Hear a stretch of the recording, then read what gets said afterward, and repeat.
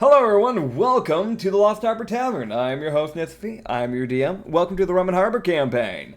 In case you didn't know, this is a little pirate campaign, kind of based off of the One Piece world, but not really One Piece-esque. That's almost everything is completely homebrewed and using my own D&D mechanics. That being said, we have a few players in this little campaign here.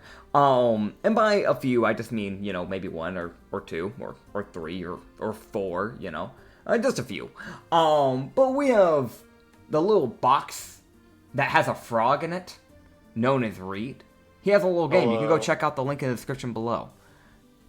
Hello, everybody. Yes, sir. He's beaten UFO 50 and he is living for it. We have Issa, who plays Ublex. Yeah, I did that. She does do that. She does do that. I mean, that was past tense. I do that, and by doing it, let's just say, playing with my plasmoid. Yeah. She's cool like that. She's built different. In the little sickly corner, quarantined away behind the counter, shoved between some burning mice and a current mouse date that's going on in the background, and behind a cat that's trying to sleep, we have Anya, who has a little bit of a sore throat. Hi, my voice was completely gone yesterday. This is after it's getting better. Yeah, so she's recouping. She probably won't be talking as much. No, she's here. I couldn't speak yesterday. It was bad. It was pretty bad. She was essentially talking like a little ghost, whispering. It was like talking to like one of those little ghosts that you see in like the movies where they're just like, hello, kind of like that. I was canonically mute. Yeah. Not by choice, but by force. Yep. Sadly enough. Speaking of force? No. Speaking of sick. Speaking of sick, there was a sick man who's also behind the counter. Don't know why we're letting him serve drinks today. But we have Acrid, who plays Loki.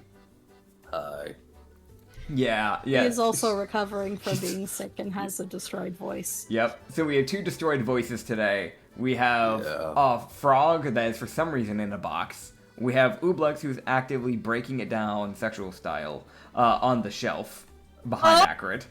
And we have Issa. Yeah.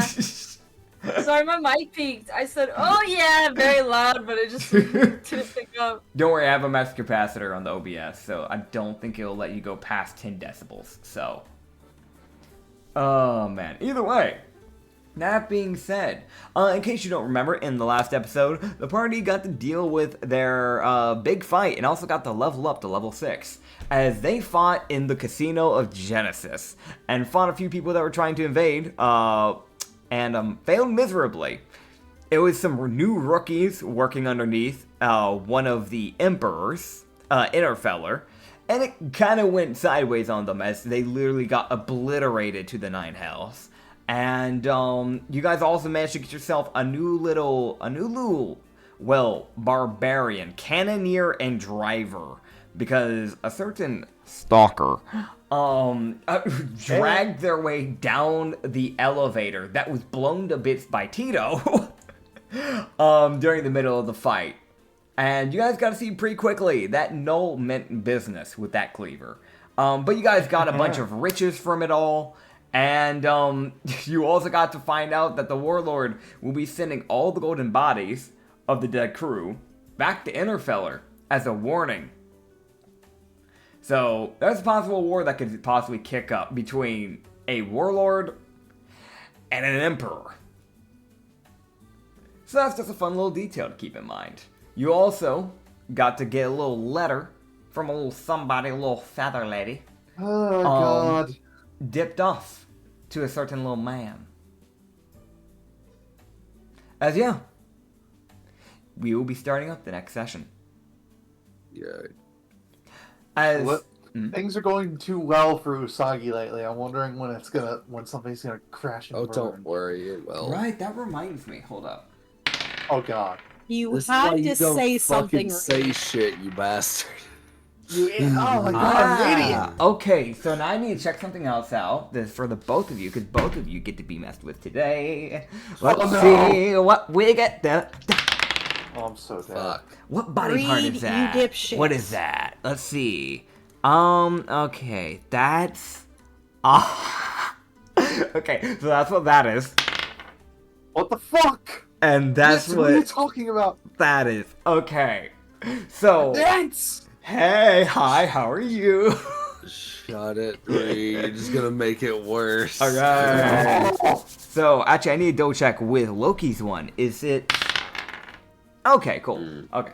So, I need to check because I was rolling for Yanessa to see whether or not she does any experiments on you guys this session, because that is something that we do every session. Thank you for reminding me. You bastard. Yeah. Aren't you excited to be experimented on by the blood goddess? Please don't let me. Oh, never As mind. long as it's beneficial, I really don't care. Alright. So you would see as a you guys would I'd say that you guys are starting to like, get ready to leave the casino at this point when this is gonna happen. So you're probably like kind of look. I'm not saying that if there's anything that you still want to do before you leave, that can be done. I'm just letting you know this is gonna happen once you guys are starting to leave, just so you know. I don't have anything to do, really. Okay. I will get back to you, Acrid, because I know you have something you want to do by the sounds of it. But I am gonna go and drill this down into you.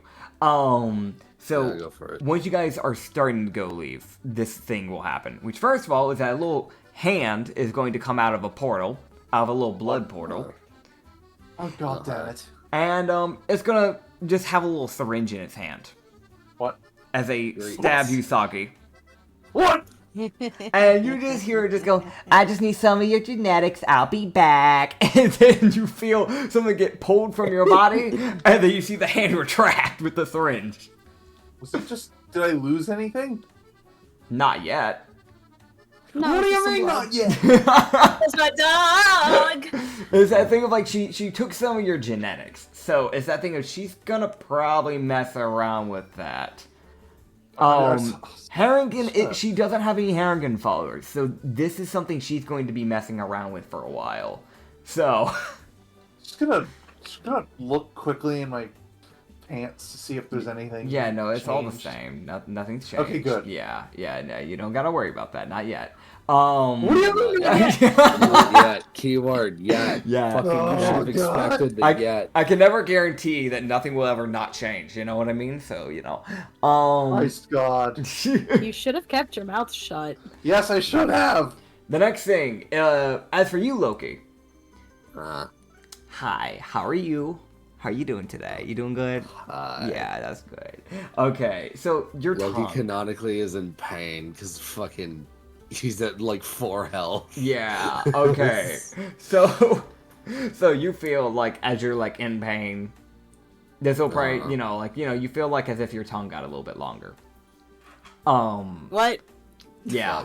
Yeah. You feel like your tongue got a little bit longer. Your little snakish tongue. So just a fun little fact about that. You got a +1 to your deception now. So you can add that little +1 to your deception. Because you got snake's tongue. But if she messes with it again, it might start causing you some talking problems. So it might goodness. if she doesn't think about what she does, she might actually do you some damage. Which is the thing with any of her experiments. Uh-oh. Yeah. So I had rolled to see. She was absolutely, because I kind of let's just put it like this. When I roll stuff, I check to see how adamant they are, if they're going to touch it, just mess with a random, more well-seen part that would be easily buffy or things like that. That sort of thing. She rolled a nat 20, so I was like, okay, so it's going to be something really minor and really randomly detailed. What is it? I was like, okay, got you, the tongue. We're going to work with that. Cool. So, yeah, you got a +1 to your deception. Just, hope that she doesn't mess with it again.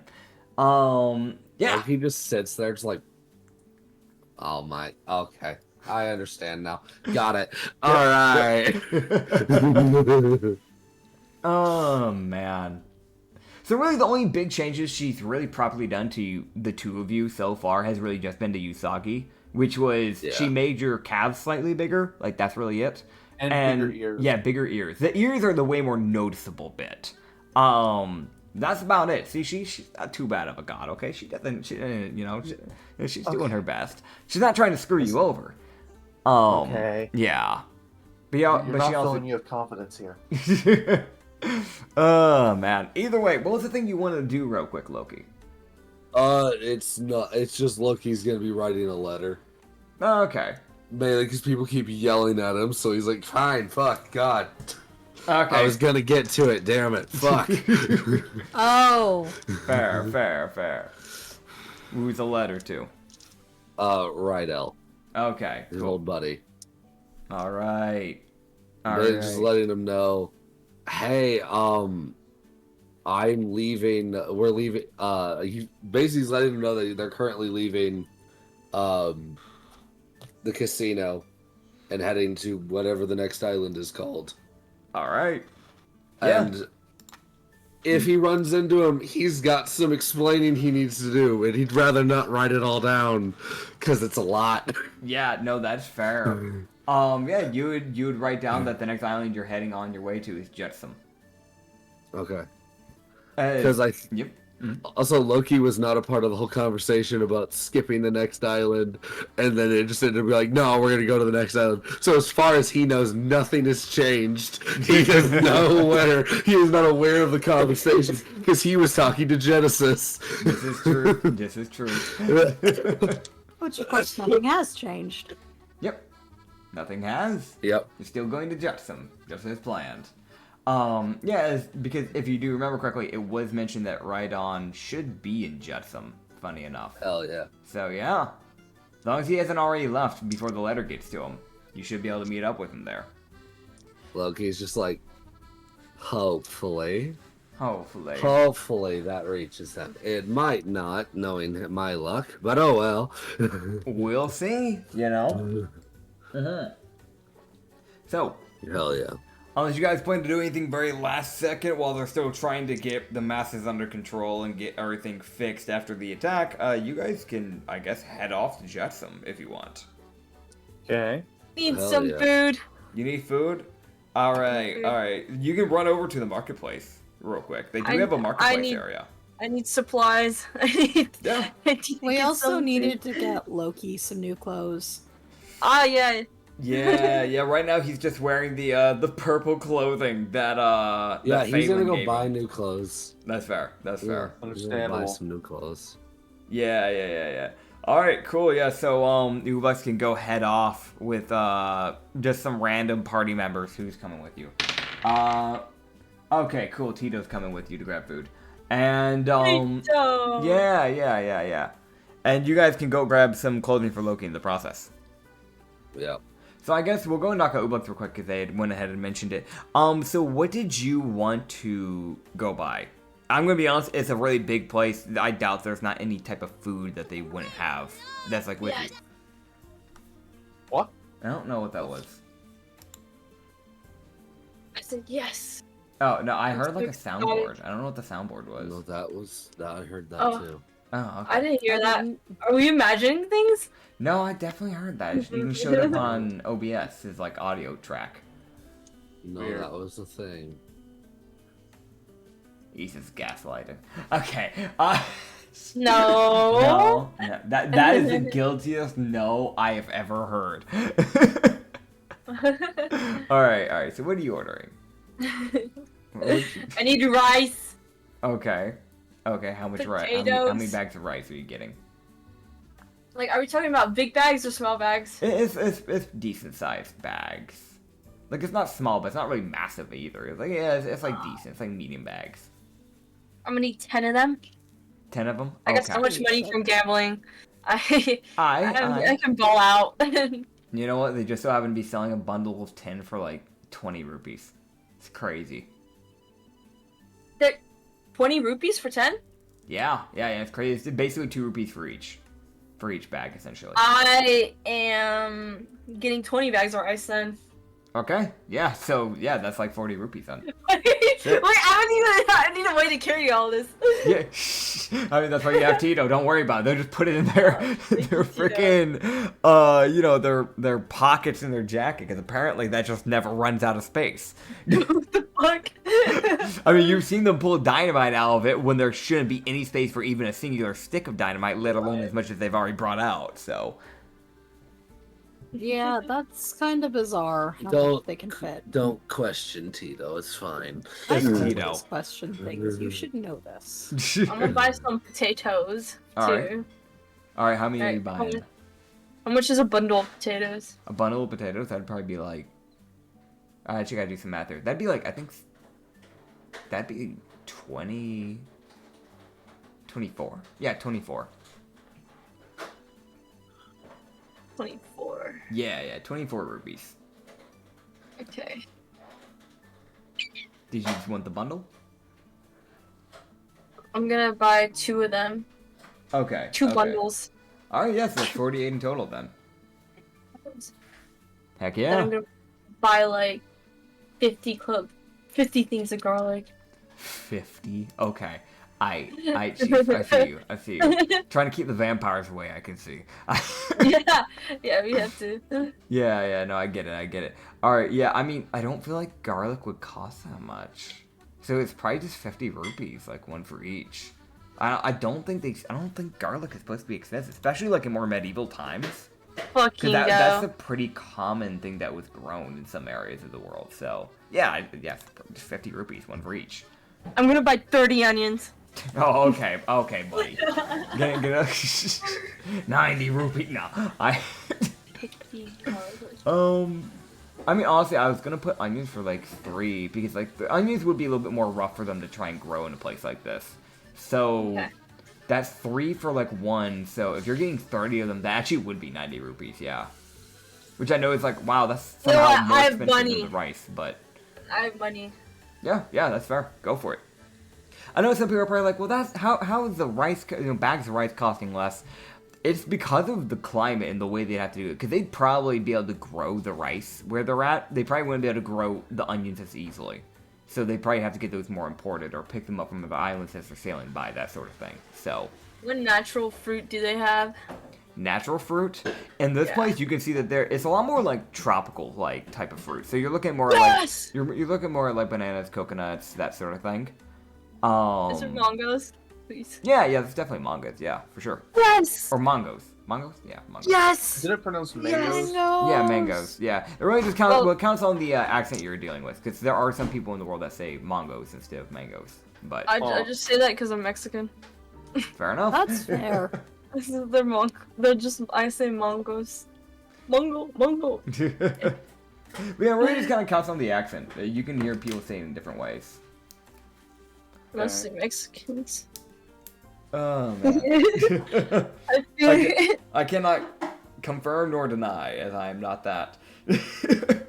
You're not Mexican? Oh, No, I hate to tell you, no, I'm not. It's crazy. Mexican. Oh, I know. Letdown, major letdown. Boo. Yeah, And I trusted you. my bad, chief. You could buy like, because like those are more like, like kind of like common defined in this place. You could get like a bundle of mangoes for like probably honestly. They wouldn't be able to be grown as easily as garlic, in the fact of, well, garlic can be grown in a lot more quantity, if I remember correctly. So you're probably looking at like 2 per mango, so you're probably looking around 24. I'd say probably 24 rupees.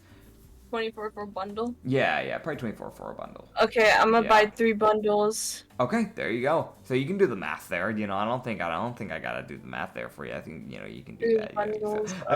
Yeah, Yeah, I'm already spent 300 so far. We're good. there you go. All right, cool. So you're set. Okay, and then I got some more shopping. Damn. I know to be Lisa like, hasn't had the chance to fucking upgrade Yeah. anything for a while. Legit. no, you haven't. That's why I tried throwing you a random item. I was like, all right, Shin gets you this. What kind of meat is there? Meat. Oh goodness. Well, there's fish. Alright, I'm tired of fish. I want to treat the crew to something. Yeah, no, I get it.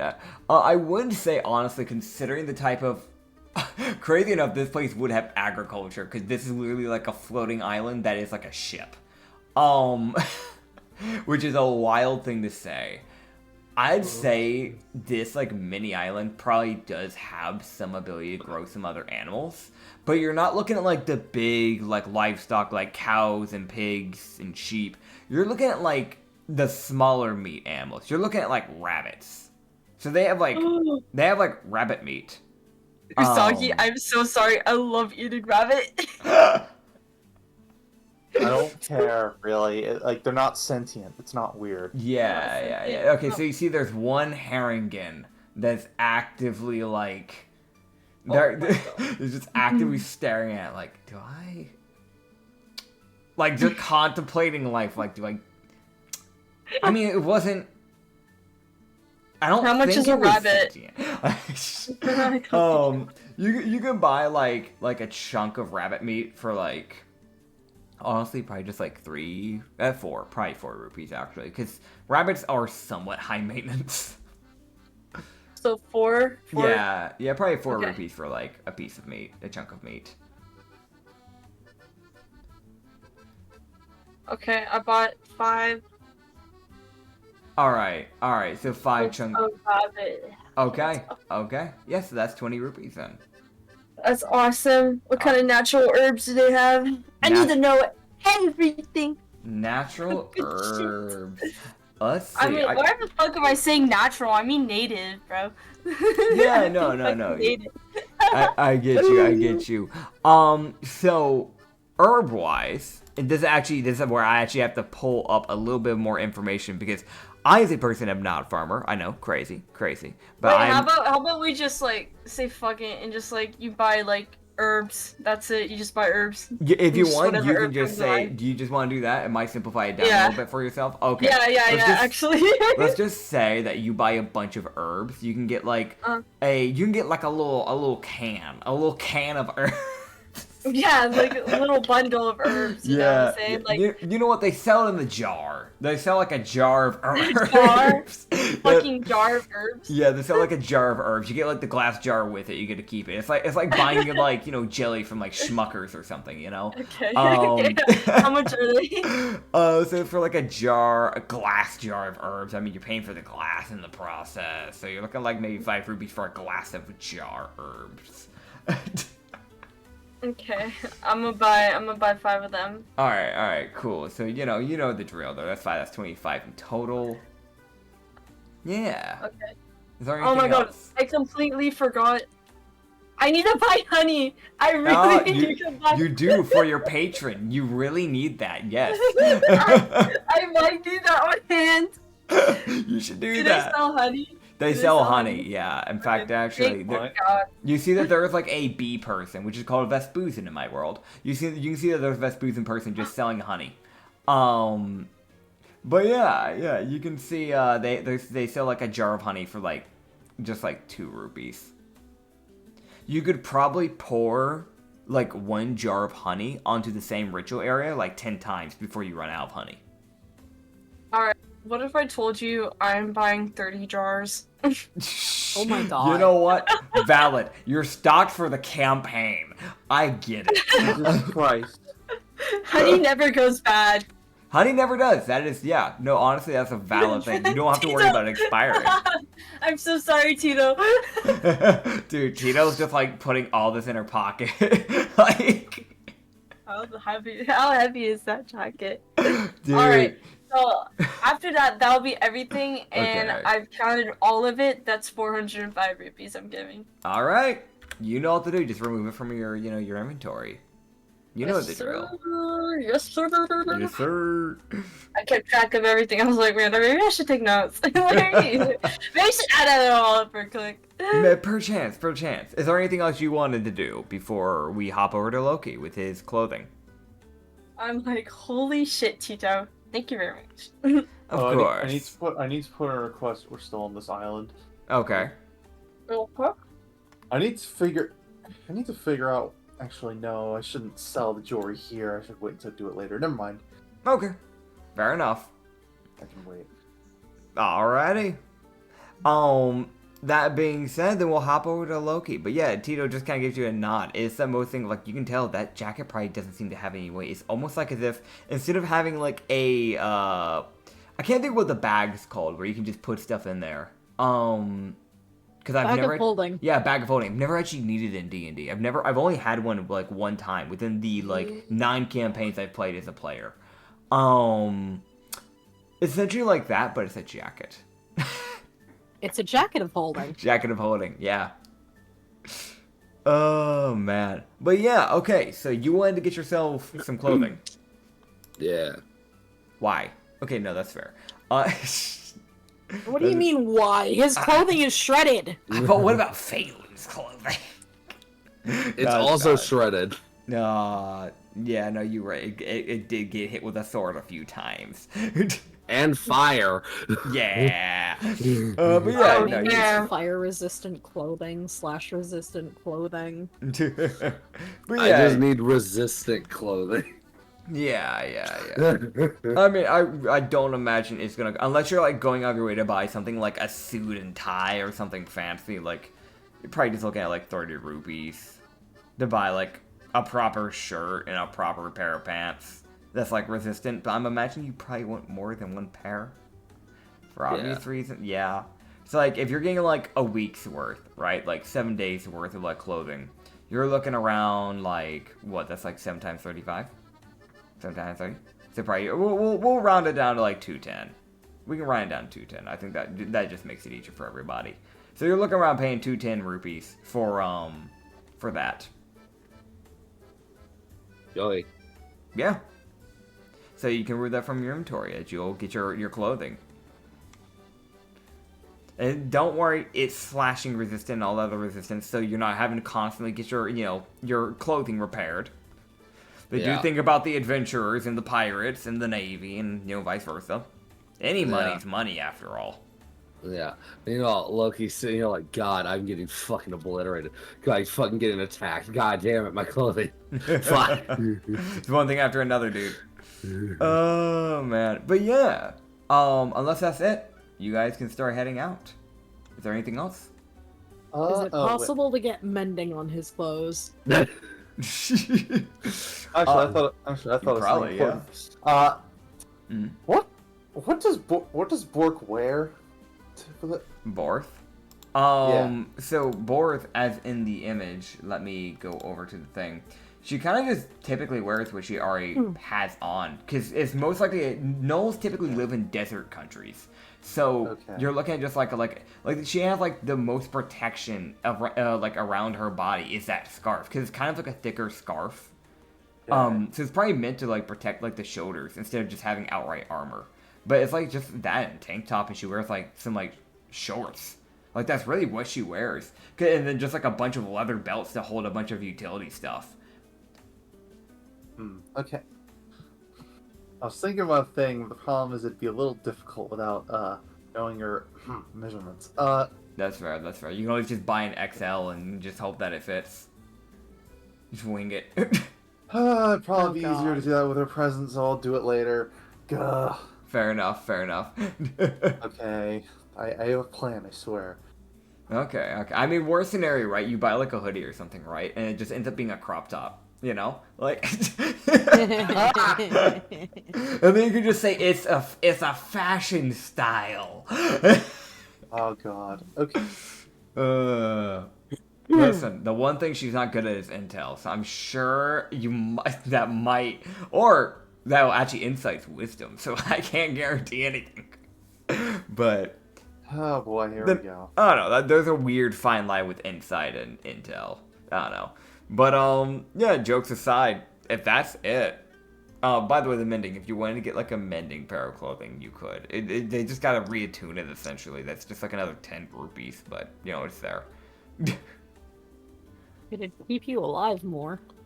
Yeah, I think so 10 just for everything, or 10 each? 10 rupees on just everything, because they're not gonna like, if it was like just like 2 or 3 pieces, they'd probably charge a bit more. But so it's like, alright, you've already bought a lot. This is a clothing store, discount? Oh. Thanks. We're capitalistic, but like, we're not that capitalistic. The other important question. I have an important question. Does every room on the ship have a lock? Does anyone on the ship have a lock? Lock on the door to the room? I mean, the bedrooms have locks. Okay, cool. Yeah, that's for safety reasons. I need to get spare keys made or something. That is the fishiest thing to ever say as a non-captain, but I understand it's probably for good reasoning. It's from my room and nothing. It's from my room. That's Okay. it. Okay. Who do you think Who do you think they're for? Dude, who knows? Honestly, if Kirla needs to get into a room and it's locked, she's just gonna have Loki bust it down. Yeah, he'll just knock the door off. He'll just take the I door swear off. to Show God, how does not give shit. Kashesha fixes it. You may see something untoward if you do that. Loki is not against using dynamite. Emphasis on if. Okay. I will get that fucking door open, goddammit. I really like, just a random side tangent, but I really like that every NPC on y'all's crew have such different ways of handling a situation like that. Because you have some people that would just barge the door down, like Gildard, or the new Knoll that you have, Borth. You have people that would like just take off the hinges, people like Benjamin and Kasheshe. You have the people who would lockpick, like Shindeo and Yori. You have Pike, who would just fucking blast it open with magic. And then you're looking over, and it's like, oh, but what about the Ranger? Yeah, so they force their hand through the door and then unlock it from the inside. And then open the door. I'm gonna be honest, I just more pictured Verara just going through the wall. I mean, she might. Anyway, how much? Door is locked. I make new door. Anyway, how much would it cost to get spare keys? Yeah, so to get spare keys, like, I mean, all you gotta do is just go to the blacksmith. It's like really don't need much metal to even make this. They just gotta re-smelt it, essentially, and just kind of make it of the same shape. So Cool. I need 2 spare keys for my room. okay, so that's like, I'd say that's probably 50 rupees in total, because they are using decent metal, so that way when you twist the key in the lock, it isn't bending. And they also have to essentially remold it to make it the exact shape, otherwise the key won't work. Sold. Yeah, so 50 rupees. Alright, cool. Good. Need those? Perfect. I'm gonna guess that's going 1 to Asta and 1 to the Null, aka Borth. That is correct. I understood correctly. Pog. I'm so sorry that I said It is that. very important to not favor one over the other, lest terrible things happen. Indeed. But of course. Yeah. Alright, so with that being said, unless there is anything else, y'all get the head out. Loki with a pile of shit that he took from the people. Was like, alright. We saw you with 2 keys. Yep. I'm gonna be honest, Loki just looks around at the NPCs like, anyone want anything? Not particularly. I want to mention everything that's just in the chat. Loki just has that in a generalized area on a table on the deck, and it's just a fucking somebody. This is his way of helping to upgrade the crew. Okay, where in the chat? Oh, it's all in the of group that. chat. Yeah. God, okay, I'd actually have to sit down and actually go through the party to actually do that. So I will do that off session, after session, and let you know what they take. Because that is actually a good list. Yeah, and I actually got to put thought into whether or not anybody would actually use that, because I think someone would definitely take the flame tongue sword for example. But yeah, I will sit down and actually look through that. I wrote down what Loki took. And Okay. There's also the thing that he forcibly handed to Usagi and said, "You don't have a choice." Fucking fair enough. Attune to this, goddammit, you damn fruit user. Okay. Oh man. Which was the water walking so you don't fucking die. Oh man. The one thing I can tell you is that the gloves of thievery would be grabbed by Yori. Yeah, that checks. Yeah. Sounds about right. Okay, so I'll write man. But yeah, alright. So yeah, you guys can start heading out. I'm gonna be real.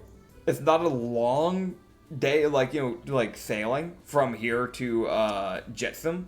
It's like a 3-day travel. Yeah. So it won't be very long.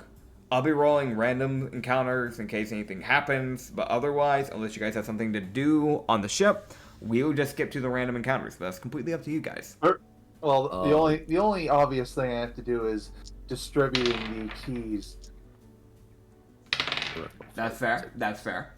That's it, really. Yeah, I don't know if you want to roleplay that or not. Like, I feel like that's pretty simple. You're just going around giving them the keys. It really doesn't. Just here are the keys to my room if you need them. Walks off. Fair enough. They I just assume nod they their don't head. really care. I mean, yeah, it's that like they nod, like you can't really expect them to be like, Okay. but yeah, you know, I like, didn't- yeah, Fair. yeah. So yeah, that's it. Okay, that's fair. That's fair. Mhm. I will. I didn't roll. You roll. I rolled a thing. So Loki probably on the second day is gonna have something that he'd want to talk to everybody about. Okay. Yeah. So if anything happens on the first day, then we do that first. So I've already rolled for each of the days. Obviously, I'll tell you, as we go through them. First day, nothing Yeah. is going to happen. So Fuck yeah. if you want to do anything on the second day, you may. Yeah. There's nothing that gets in the way of the first day. Like Hell the yeah. craziest thing that ever happens on the first day is like you see like a few like fish go wiggle woggle and they like jump up into the air like little flying fish, which they don't actually fly, they glide, but whatever. But you see like some flying fish that kind of go like sailing by, but that's about it. That's as crazy as it gets that day. Hell yeah. Yeah. You also like just a little fun little information, to kind of poke you guys to let you know, hey, that getting people that actually matter for the roles does actually matter. You would see that like Borg and Gilder are taking turns on sailing, so they're actually like working together to actually like take shifts, so one person isn't just doing overtime on it. By the way, you might want to heal your token, Acrid.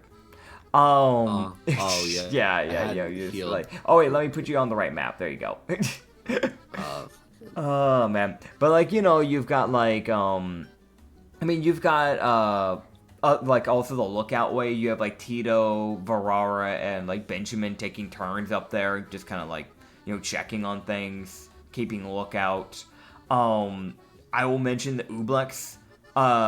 Tito and Shindeo have been trying to help out with cooking, so they've been taking turns trying to help out with stuff.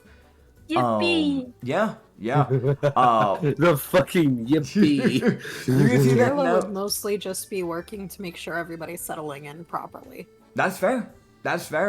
Well, you get to note that because I know not everybody's probably going down the lower deck. You would see that Kasheshe, since he now has that like mech built, which he leaves it basically off powered until like, by the looks of it, he seems to only power it up when they need it, like when you guys are actively leaving the ship and it needs to be protected, that sort of thing. So he does seem to just have it on whenever, probably to save power for the thing, so it's not overriding itself or overcharging itself. But of course. Yeah. But you can see, like, he's actually, like, just maintaining the ship. Like, he's just checking around, like, cleaning the cannons, that sort of thing. So, again, I know it's like, oh, it's just passive stuff, but it's just little things that you guys can kind of note about the characters. They are actually doing things. They aren't just, like, brainless NPCs. They actually have lives, and they do stuff. Hell yeah. Lavana's still always just like, I feel like I don't have to say much, but she's just always head in the books. She's almost always in a room. If she's not, she is just like on the top deck, just in like a fucking lawn chair, like laying back with just a book while suntanning. Like that's the type of person you're dealing with when it comes to Lavana. But of course. Yeah. Yeah, that checks. Yori is literally just like, Yori is the essentiality of like moral support. She just goes around talking with people. Like that's kind of the main. Understandable. Yeah. Weirdly helpful. Yeah. It does help I'm some busy. people. Yep. I'm busy. Man, I'm busy sitting over here, attempting to sunbathe and doing. I'm sitting here sunbathing and doing absolutely nothing important. Sitting up top on the top deck area. Hell yeah. Yeah. No shirt either. Of course. Well, I mean, Which doesn't. yeah, that's not really too much because you've got fur. Yeah, exactly. Hell yeah. I'm sure the ladies notice. Anyway. Finally, I get to see his six-pack. Oh, yo, I let's don't have a go. 6-pack. I don't Yeah. have room for a 6-pack. It's more like a 4-pack, if anything. Yeah, get it right, Issa. He's compacted, so it's an 8-pack. They're just God. very small. You just gotta squint, you know. The My real question God, is, I what does that even guess. what does that even look like? I know what Uh, abs look like on a first- furry creature, bro. Dude, that'd be First wild. No, because like, you think of this one League of Legends thing. Oh, What? damn. Yeah, wait, will I find a slash art? All right, I think that's Okay, no. That's I'm not. curious. That's not a token. That's not. That's not supposed That's to be here. cheese. That's That's the cheese. The cheese. cheese The is bad. The cheese is bad. Jeez! I should not have done that. For those who No, don't, you shouldn't have. you shouldn't have done that. For those who don't know, I accidentally put a cheese picture on the freaking map again. The cheese Again. came Return back. of the cheese. Turn of the cheese. Understand one day that will be a haunting nightmare for everybody. It Oh, already is. That won't. you're right. You're right. Okay. So yeah, second day. You said you had some stuff you want to do, but that was just kind of me, just kind of giving you guys an idea what that first day, since nothing happened. I just wanted you guys to kind of get an understanding. People aren't actually doing Right. things. Like Benjamin, when he wasn't down, he was actually just like hanging out with people, or just like like just talking. Or for once, you'd see him actually like going to his room and actually using his proper alchemy kit instead of doing it in that cramped little spot on the lookout area. What? Yeah.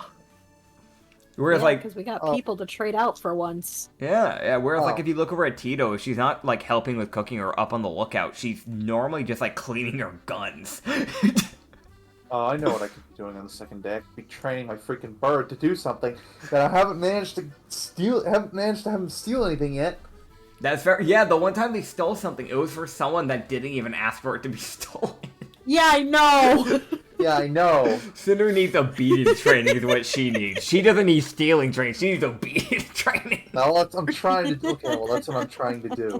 Okay. I think Yeah. I was More trying for importantly, that I- to happen. I gotta Okay. keep an eye on. Oh god, I gotta keep an eye on Borth around her, around Cinder because Hmm? that's Why is that? okay. That might, you know, I actually don't. Please No elaborate. eating bird, yeah. Ah. which Just just saying. goes to show how much faith Usagi has in. It's just we've just met. It's a little normal to be just a little bit worried.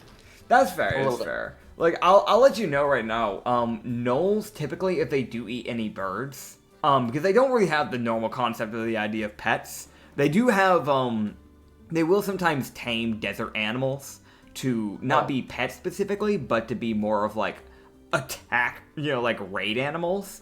Oh, But so then she'd probably get it. Okay. yeah, they do have raid animals. They don't have pets, but they do have raid animals.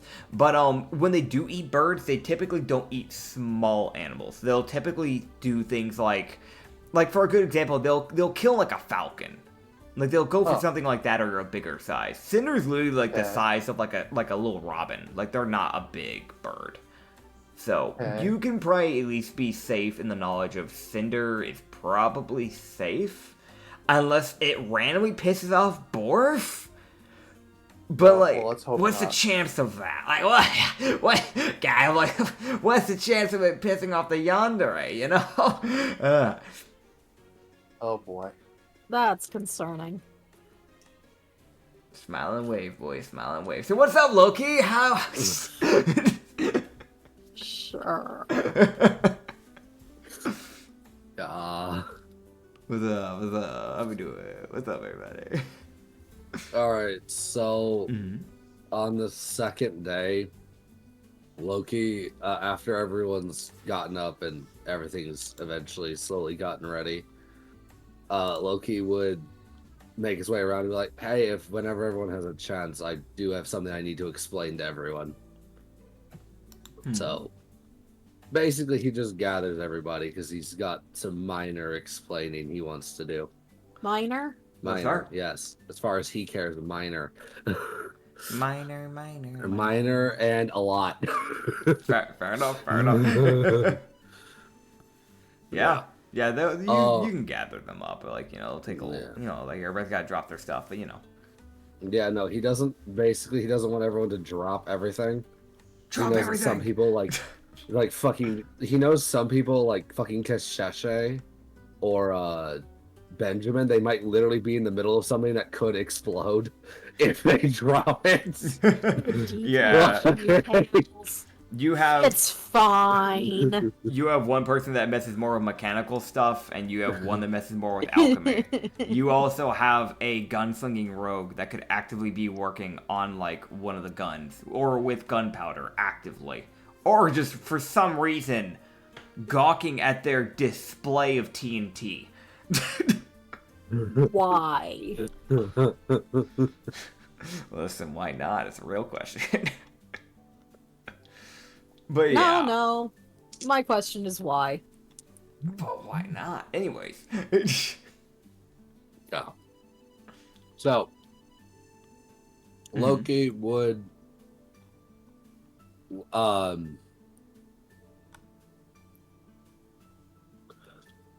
he was like, I have got some light explaining I need to do, as I've realized that some things have started. There's some connections that I have with people that I'm realizing I need to actually explain, because it hadn't come up previously, so I hadn't needed to bring it up, because I didn't know it would be a problem. And also some light things about me that I haven't been entirely honest about. First off, I'll get the biggest one, the problem with me, out of the way.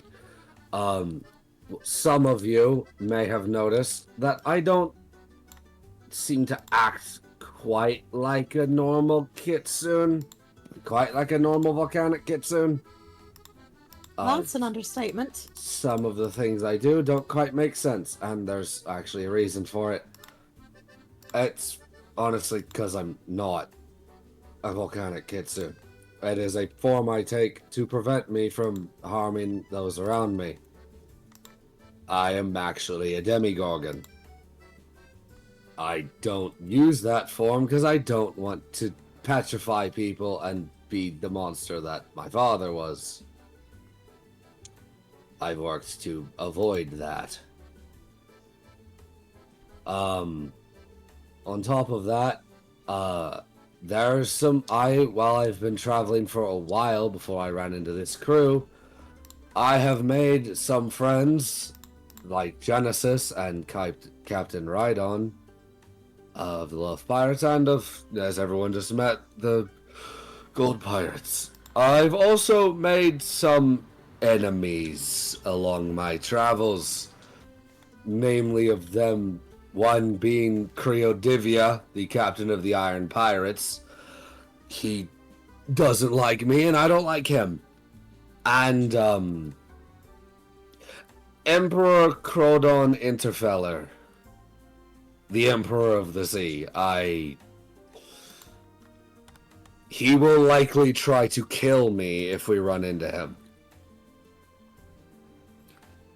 because of what I've done to him and his crew, and the things I've found out about him.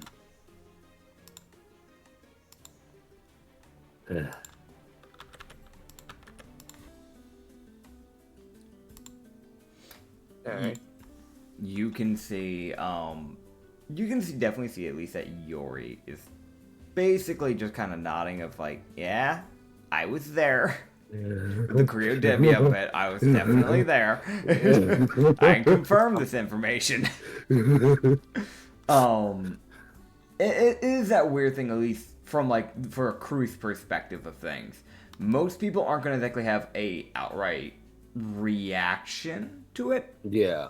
To the majority of stuff, it's the thing of like there is like obviously like there like face wise you're going to see like, you know, reactions, but not many people are going to directly be like the fuck, not vocally at least.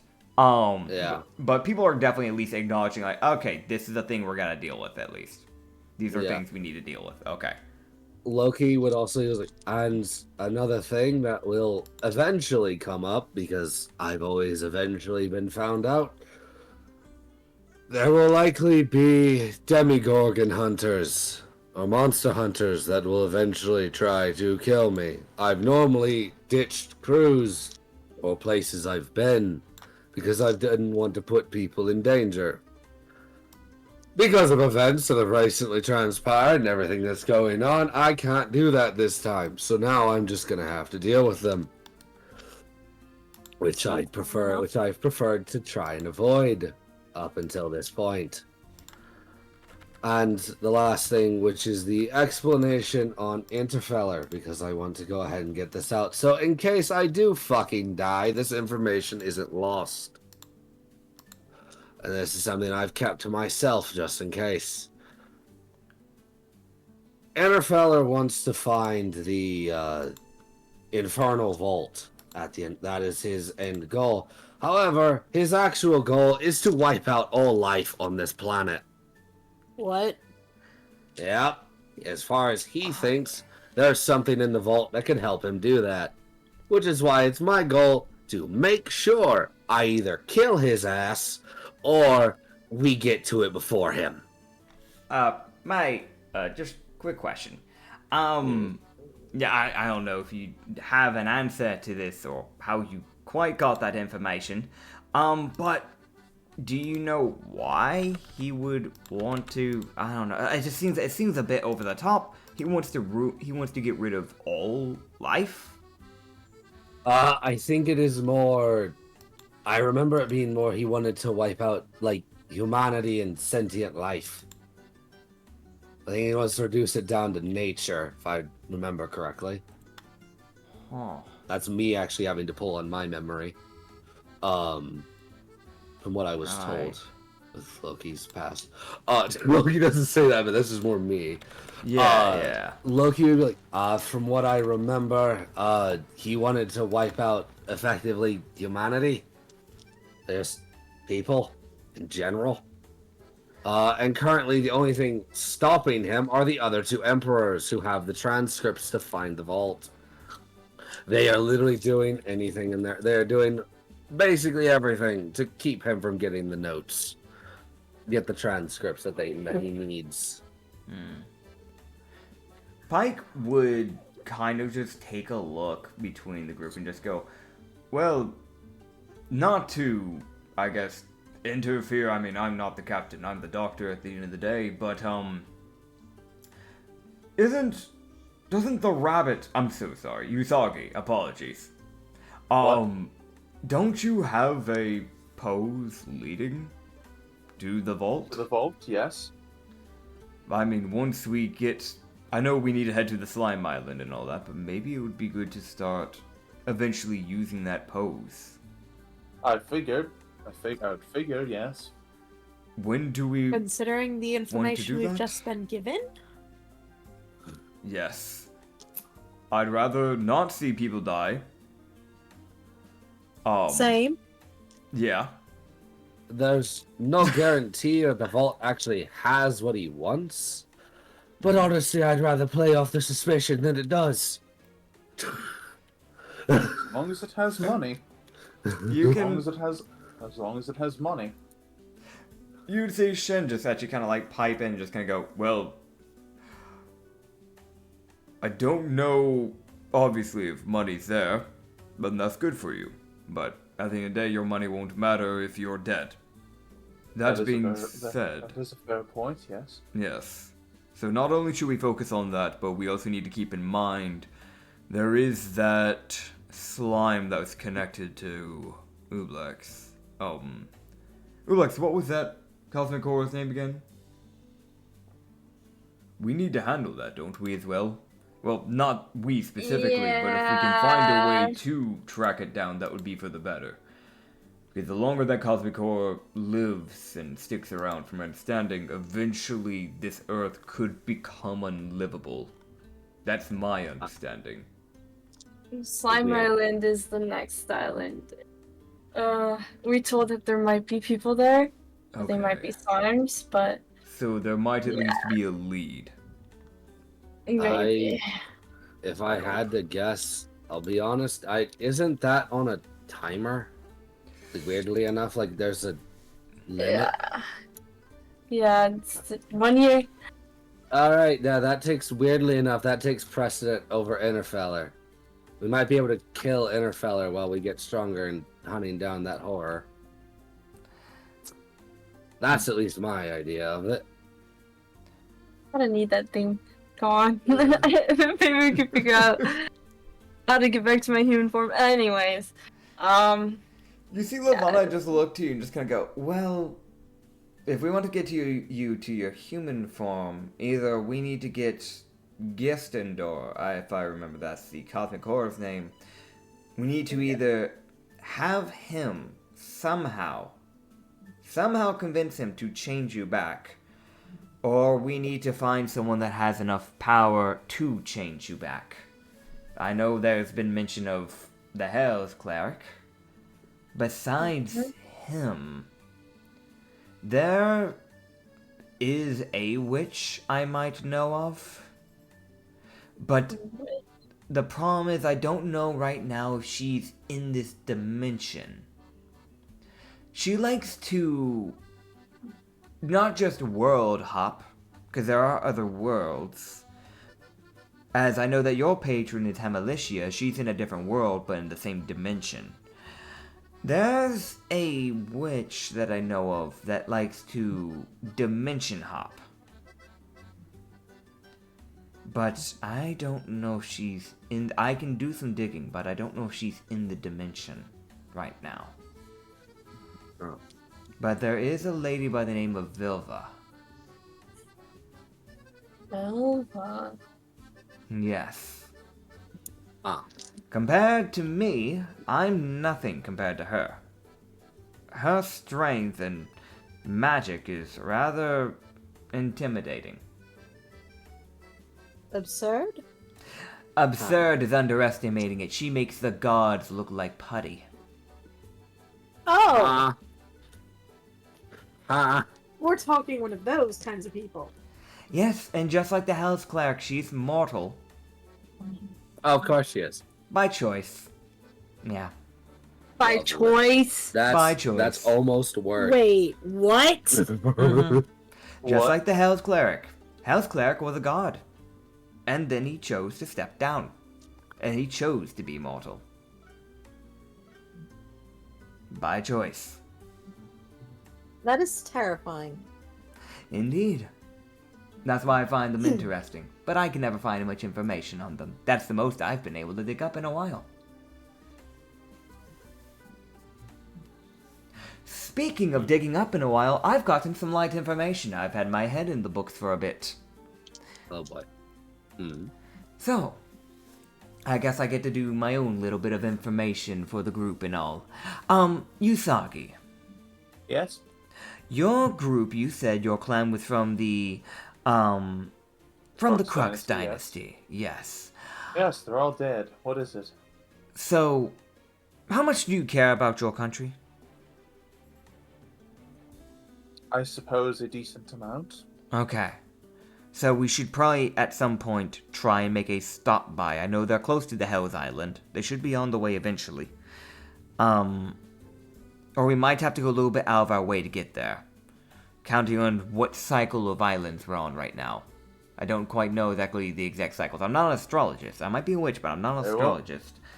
There won't be any safe houses that I can get for you there. Well, that's not quite the problem. It's more of the Navy's really trying their best to put full authority into your country. They managed to take over, but they're trying to do what they've done to Jutsum, which is where we're heading.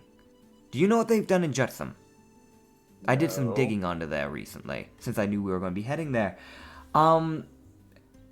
The king of Jutsum, quote-unquote, died of natural causes.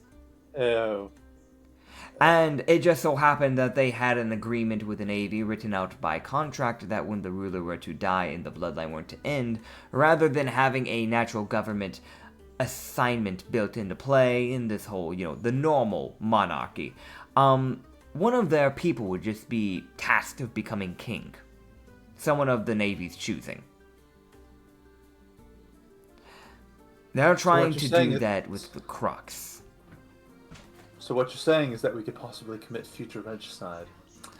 Essentially, Wow, I'm interesting. noticing lightly that in the Crux Dynasty, the Navy is actively attempting to set up a let's just say they're attempting to get rid of the Emperor permanently Oh, great. to set themselves into power.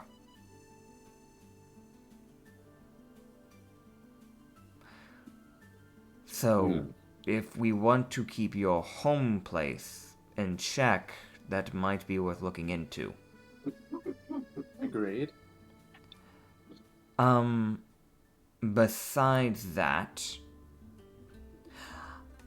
I'm still looking into the curse on Ublex. I haven't gotten too much more information on the fact of how Gistendor's curse worked, but I don't think it was a purposeful curse. Typically, they're applied on purpose. Normally, it's out of volition. I think you got that from when you opened his book. Okay. Meaning, your curse might be able to be lifted. You might be able to convince him if we do the right thing, but it's cosmic horror, so it's a very 50-50. But it seems like it's more of a accidental curse than anything. I just thought, man, if I kill that big slime, I'd be good. We can very well do that. I mean, it's a cosmic horror, even if we let it live and we persuade it, it's still a threat. Unless we could convince it to somehow leave, but not many cosmic horrors are very willing to do something like that. Willing? Maybe he's just a chill guy and we don't know. Well, you never know. I mean, after all, your patron's a good example of being out of the norm. Same for me. Cosmic horrors typically revolve around chaotic evil. Oh, shit. They're essentially eldritch creatures that have... They're not quite at godhood, but those are things that are normally approaching godhood.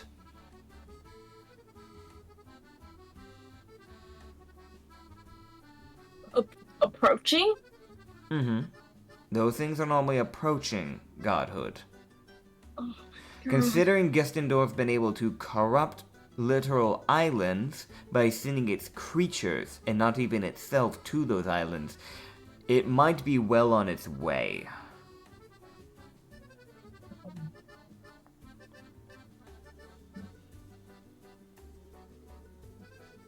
Well, shit. wow. We have to get a hold of that situation within a year, guys. Indeed. Oh, and one last thing. Again, I love information. You know how I am. I did some poking around at the casino. I didn't really spend my money. You can have your 200 rupees back, by the way, into the collective fund. I had fun in my own way, you see. I got a little bit of information that I found rather interesting. Lindry, dear, sweetie, I got some information on the people that you want dead. So, you know, actually, I was just paying attention lightly to, you know, the information, you know, the things we may have gotten off the dead bodies. I think the person that I saw pocket it was Usagi, I think. You found a pose, correct? Yes. That... Well, I stole it. Yes, yeah. Well, I mean, is it really stealing if they're dead? Fair. Either way, if I remember correctly, that pose goes to a specific island, does it not? Goes to the Calora island, yes. Yes, that's the home of the vampires. Oh. I think, just, you know, little birdie told me, with the little connections I have, they might have taken refuge in the Calori. So we know right where to find your little people. Well, I guess we definitely need to make a pit stop there. Indeed. Clearly. That being said, that's all the information I have. I just figured you should know, you know. Just, you know, nothing light, rather casual information, if I do say so myself. Wait, so there might actually be some Herringbone alive there? In the glory, yes. As well as, the certain someone that needs to be killed from Lindry's past. Huh. Well, we'd better get there. Indeed. So you see, what's interesting about the Chlore is that while it's known as the Vampire's Island, they tend to harbor races that are either being hunted down or are near the brink of extinction because they were hunted a bit too much. Meaning things like Haringen and, funny enough, a race that the Navy has been trying to keep hidden for quite some time. The Cautions, and the Centaurs, and the Minotaurs. Well, actually, they tried with the Minotaurs. It didn't work out when their general was being so brutally upfront in front of public. But a lot of those races that are typically hidden tend to go to the Chlore. Even the Griegers and Glerians have found safe haven there. Because how would you dare try and attack a country? Not even the nation, not even the Navy, would dare to attack a country like that that's run by a vampire lord.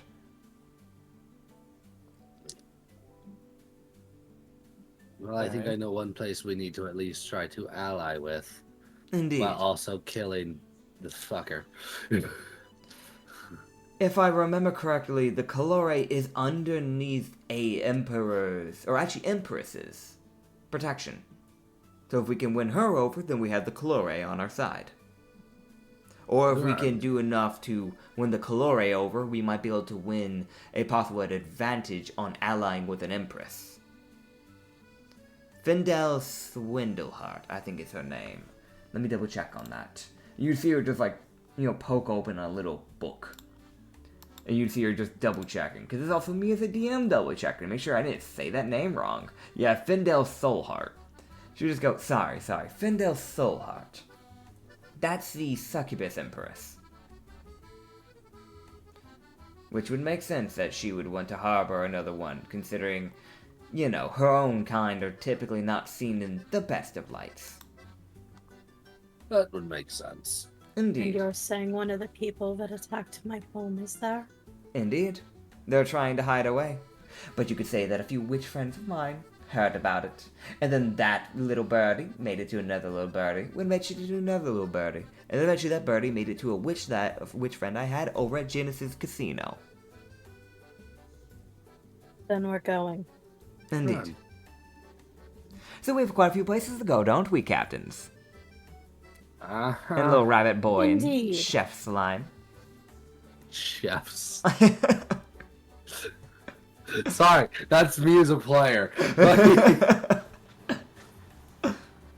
Oh, man. Well, you got a little bit of information. Hell yeah. So there's your lore drops of the day.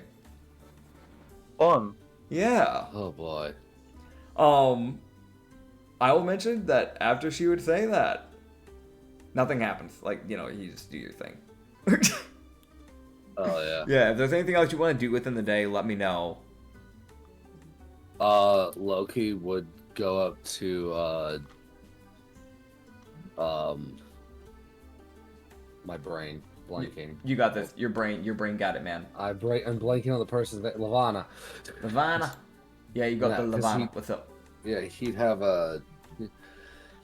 Lavana, I had a question. Yes.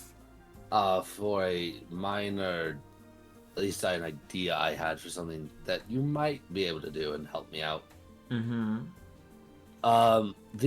My new chain weapons that I use now, which is closer to what I actually used to wield, do you think you could minorly enchant these so they wrap back around my arms on their own? Oh, and I don't have to risk stabbing myself? Of course, that would be rather easy. That wouldn't be that hard. And if there's... I guess I can toss this out in case you want to test anything new. I technically can't stop you, and I wouldn't be against it. I'll see what I can mess around with, see if I want to try anything different. Yep. But yeah, he's figured since since I'm asking you to do something, I think it's only fair you get to test something. That's fair. That's fair. And if you think of something later, let me know. I'm already a test subject for my patron, so what's new? And just fucking. Oh man! You actually see that Benjamin would actually kind of like meet up with Ivana, and they'd go walk down together. Alright. Yeah. They'll probably go mess around with that. Cool. So for Irla temporary. is going to check on Izmu. Izmu? Moo! The fucking the new Pompey. Pompey. Oh, okay, sorry. I have to get down the new name of the new Pompey. I need to have that like His name is Izmu. Izmu, Aismoo. Okay. Moo. We need to send get rid of the old Pompey image and then send the new one with the new name so that way I can remember. Yes. Because, yeah. Oh man. But yeah. Yeah, you can go check on Izmu. Izmu is like actively working on the crops. You can see that they're about ready to grow. Actually, are any of them ready to grow? Because he has the stuff that Tassie planted. Is the ghost pepper plant ready? It is not. What about the wall of grapes? Wall of grapes, one of the 3 walls has some grapes like fully grown. So you can grab like a little handful of like grapes off of like one of the walls. The 3 strawberry bushes, one of the strawberry bushes are like basically ready to go. So you can get like a little bushel of strawberries. The potato plants are not ready. Probably because they're growing on the walls, you know. The habanero plants, all of them are ready to go. You can get like 3 peppers off of like, actually I'd say what, probably like 5. Like 5 peppers off of each plant. So that's like, God, that's actually a lot. That's 14, so that's like a good 70. It's a good 70 habaneros. So you can just add, I guess, 70 habaneros to Ublex's little area. And like a bushel of strawberries. And a little handful of grapes. There you go, Ublex. How are the potato plants go. growing in the boards doing? Oh yeah, I already rolled for doing that. They their rolled it best. too. Like they're trying. They're not making much progress, but they're trying. They need to be relocated. The problem is there's no way to relocate them. Asmer's looking like, I can't move this. Yeah. How the fuck did he do this? Yeah, What like, the fuck? You're gonna see, like, again, it's something like Ice Moves, like, are kind of just like this confusion once, but you can see, like, even when they're like actively like using method to try and like, you know, make these things grow a little bit faster, they still just every time they even glance at those potatoes, they just have that look of like, what the fuck? Why there? Irla just looks at Izmu and just, I don't know. Tassie just somehow made them appear there. Oh my god. Oh my god. That was my thought as well. Is there any way we can try to relocate them? Well. No. Oh, Wow, really thinks about it with 3 intelligence. Yeah. No. and they probably won't grow properly if they're in the wood. Potato. Hmm. Potato. Potato. Where's the soil? They'll figure it out. We might have to try again with the potatoes someone else. Yeah. I hate to say it, but Yeah. I want to like- see the floor potatoes. they're not growing. Well, They potatoes are could. You never know. Give them some time. Oh man. But yeah. The other concern is the floor potatoes are going to affect the integrity of the wood. God. Well. Make it stronger with roots. Luckily, the one good thing about this ship is that you had a pretty very well-known shipwright kind of work on it. So he's probably pre-proofed it in case druids did something stupid. Because you did have a druid at one point. That wasn't the brightest. Yeah, so he probably did at least Yeah, think ahead of but- time to some degree. Hell yeah. He was also working on limited money, so who knows how much proofing he could actually do. You know he has Exactly. done proofing, you just don't know to what degree. That's my concern. Which is valid. Oh man. But yeah. I will mention there is one thing that will happen later in the day. Oh no. Okay. As you can hear some light commotion, like a little bit of ways, And I'll let you roll, see who's on lookout right now. That's for you. That's for you. That's for you. Okay, it's Tito on lookout. Oh, fuck. Oh, dear. Tito, don't shoot them. Whoever it is, We're all don't shoot dead. them immediately. You can see too, Ari kind of has a rifle out. Oh, Of yeah. course she does. Yeah. Just gonna move everybody kind of like around where they would be, type of thing. But you can see that Tito, like, she kind of just anybody that's underneath deck can kind of just hear her, or just anywhere, honestly, can just kind of hear her yell, "Hey, we've got company, and it looks like we got a little bit of Navy." Oh, As shit. you can Oh, also, hell no. yeah, as you can also hear some light commotion kind of going on. It sounds almost like as if someone is trying to actively argue with the Navy. Oh, no. As I'm just gonna send an image real quick, and also Loki, you can roll me a history check. Oh, great. Oh, boy. Is this... The only reason why I say Loki specifically is because anybody else in this crew, I don't think you guys would have ever seen this person before. Because they've never made the newspapers. That's why I say that. Okay. Yeah. So I got What'd you a get? dirty 18. Okay, Dirty 18. You know who this is. Your memory jogs you well enough because you actually know this person pretty well.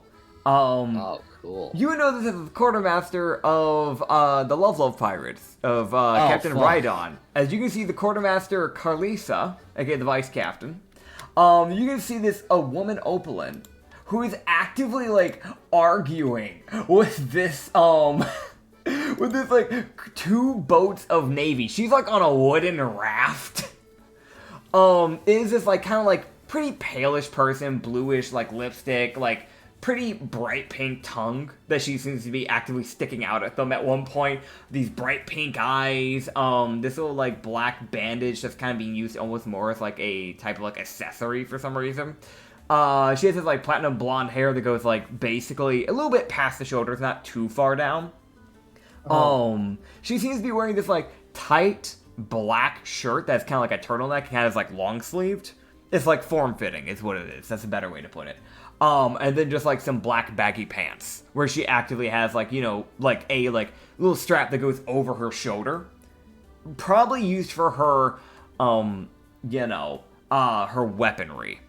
You'd also know that like just you can see like on her hip is a little gun holster. And you can see she has a little silver necklace that kind of goes like across her chest. She also has like a little heart tattoo that like goes like right on the forehead. She kind of keeps her hair kind of like brushed to the side, so none of it really gets in front of the face. She also has these black horns. But yeah, you can see this kind of like lady, this like very like hourglass figured lady, just kind of like arguing with like some Navy people. The odd thing about this is that you know that she's a pirate, but they aren't shooting. She seems to have somehow gotten them in an argument. Meaning she somehow prolonged combat from immediately initiating with Navy. Who knows how? May have questions. Yep. Loki just was looking at us like, we're helping the Opalum. Oh boy. Old friend of mine. Actually, we need to help her. Oh, What do you mean, old friend of yours? That's Rhydon's quartermaster. Oh my. Yep. All hands, we're helping! Alright. You would see, fun little fact, because I said there's two ships. You would see Shin actually kind of like run up and just go, which ship do you want me to take? Oh boy. Who do you want going with you on the other ship? Loki would quickly look around and he would, grab, who would be, he would, honestly, he would look at the other Opalum, the new male one. Yeah. He was like, you come with us, and, he would actually look at, he goes, we should be alright. Anyone else that wants to help out, go with the other crew. Alright. Or the right ship, we'll go for the left. It'll be a pleasure to finally get to show off what I can really do. Kind of why I'm bringing you along. Grand. As you see, Loki's- Would yep. go to the ship opposite of Loki, just so that if something happens on one ship, at least one captain on the other one is still alive. That was valid. All right. Just in case. So you are going to the other ship? Yes. Okay. So then, so I need to do this then. I need to make another copy of the... That would Boink. Oh, Nah, It it's is fine, it's fine. complicated for Nits. No, you're I'm good. sorry, no, but no, it you're makes good. sense. It does. It It's- just means all I gotta do is essentially just basically copy the map thing. It's really not that bad. Like, it is not that much of a problem. And I just gotta slightly change out the layouts for some stuff real quick. So that means that over here, this guy and okay, sorry, I just gotta lightly mess with some stuff here. Okay, we can do this. So I guess for Ublanks and Usagi, let me know. Do you guys want to go with Lindri or Loki? Because that will matter. I'll go with Loki. Okay. I'll go with Ninja. Okay. So let me... Okay, hold up. I gotta move tokens. Hold up. I'm sorry. No, you're good. Don't worry about it. Do not worry about it. So that It is something that Kirla would say, though. Like, it's better that the two of them don't go on the same ship. Yeah, no, it's completely valid. Okay, so that means this one's going to have this, and I'm just gonna do this, and this, and this. Okay, there we are. Alright, cool. Alright, so I had to mess with some stuff real fast. Alright, so I'm then going to swap back over to here. I'm messing with a bunch of stuff. Okay, so I guess then we'll do this. Shin, originally I was gonna have Shin just basically form his own little group. So you have, on one side, you have Loki, Nathio, and Usagi heading over to one side. Originally, Shindeo was gonna create his own party of 5 and head over to that side, and the rest over was just gonna stay on this side. So we'll just add one more NPC to Loki's side, and that means we'll also be adding, essentially one more. Actually, Pike was already gonna head over with Shin. So unless you want to swap out Pike, Lindri, and Ublax, you guys would get Shindeo and Pike. Just let go. He would also he'd want to leave the other healer. Is Gildart or That's is fair. Bork? I'll roll to see which Sailor. one's at the ship. That's for Borth. That's for Gildart. Borth is at the wheel. Okay. Okay.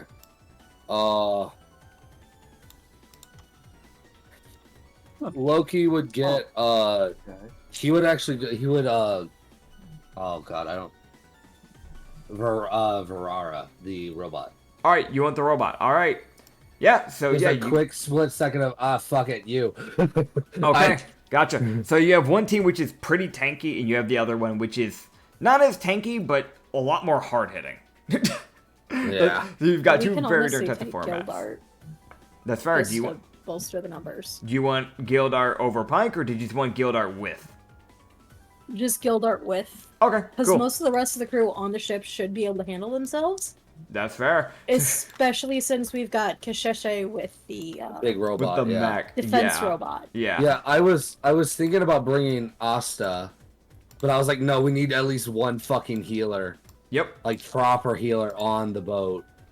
Ah, fuck it, we'll be fine. She's also leaving Miko on the main boat. Okay. That's fair. That's fair. So Miko stay on the main boat, kind of like staying near Borth, that way to keep the ship company. You have Asta on left side, Yori on right. You have Kasheshe kind of floating all around the place. He's basically center mass. Lavana also kind of center mass area. You have Benjamin who would go up onto the other eye area. So he's taking the other's crow's nest. And you can see that the mech, you can hear that the mech is powered on. It sounds like as if it's Oh, loading boy. in cannons. So it might be acting as a cannoneer, funny enough. Fuck yeah. Oh man, as all right, I'm going to. Okay, here we're gonna play some hopscotch tag. Y'all ready? All right. Oh boy. Here we go. So Let's I'm do going this. to boink this party over here, and then I gotta copy paste the other group onto the other map. So I grab you guys, and I grab this, and I copy, and then I boink, and then I yoink, and then I skibbity. Okay. No, that's not the word I wanted. That's not. I hate that that became a meme, because that just used to be a natural word I used to say. Okay. Okay, let me just yoink and then drag you guys over to here.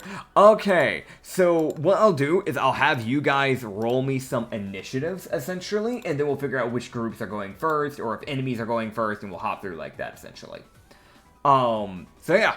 So we'll have one person from Loki's group and one person from Lindry's group essentially roll for initiatives. And, that's how we'll kind of do If this. I recall correctly, Usagi has the highest initiative for. Yep. Okay. I got And plus then 8. for my group, I have a +8 at advantage. Ow. That's fair. That's fair. Ublex, Well, what's your initiative? +7. Wait, what the fuck? Yeah. Okay. Okay, Okay. what about Pike and Shindale? I'm getting up their sheets right now, actually. There it is. I have to, like, scan through all the NPCs. I didn't know which one y'all are going to be grabbing. I thought I'd only need to grab one image. One NPC sheet. Here we go. Okay. So we have Pike is loading. D&D Beyond. Please load. Please load. Please load. Please load. Thank you. Pike has a +3. He is a cleric. It makes sense. Shin has a +5. Varro with a +3, and then Nathi with a +2. They don't have very high initiatives. What about Gildart? And right, yeah, you also grabbed Gildart to kind of bolster it. Gildart, where are you, buddy? Where's your thing at? There's Benjamin.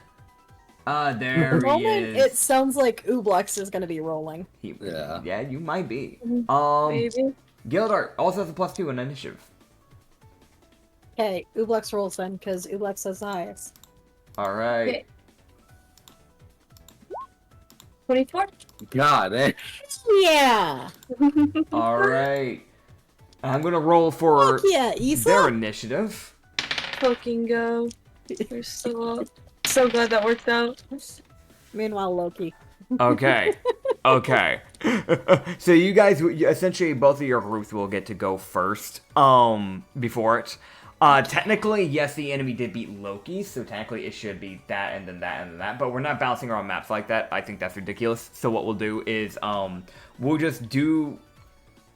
do essentially combat of Lindry's group, and then the enemy's combat, and then we'll hop over to the other map, and then we'll do that combat. Make sense? Alright. Okay. Alright. But essentially, it'll still mean that even though Loki rolled lower, his people still get to go first before the enemy, just because Lindry's initiative rubs off. Hell yeah. Yeah. Nice. So, I do have the question of, do I have my chain weapons, or am I back to my war picks for this one? for this one, you would still be on, because she was still actively working on that. Because that does take some time, which I think Yeah, is that's fair. So let me see. Right, so you're running into these people. So, I've got to grab images now. As you're going to hop over, and Lindry, as you start hopping over to one side, you'd see that you're running into the captain's ship. So you hop over, and the first person you would see is a lightning genasi. This lady with like this bright blue glowing hair, white captain's hat, black like slick pants, blue glowing eyes, or not lightning genasi, sorry, a ice genasi. And this like white cape jacket essentially is what she would be wearing. On top of that, you'd also see that there is there's the normal grunts, right? But there seems to be one person who kind of stands out from the other grunts besides the captain, or actually two people, which is up on the crow's nest, there is an archer. And I will be seeing the image of him. As you see this dark-skinned human with like black hair, kind of curly, kind of messy, but pretty short cut. Wearing this like dark blue kimono with like white colored like flower florals on it, design onto it, and then a white like shirt that goes underneath it. And then white baggy pants. But you see that he has like purple, not blue. Sorry, colorblind. Yeah, purple. Yeah, I know. That's why I yep. corrected. I appreciate it. Also, one little fun thing, he has red eyes. And he has a bow. So that's a little fun. He's got that already pre-drawn and ready to go. And the last one you see is a half-orc. With this kind of like dark navy blue hair, this like kind of greenish skin, because, you know, half-orc. Just kind of like a white like tunic with a black undershirt, kind of wearing over a little kind of like a little necklace with like a little rock on it. And then some like dark brown like trousers, essentially. With, you know, like her like, you know, stuff ready to go on combat. You know, like, you know, little.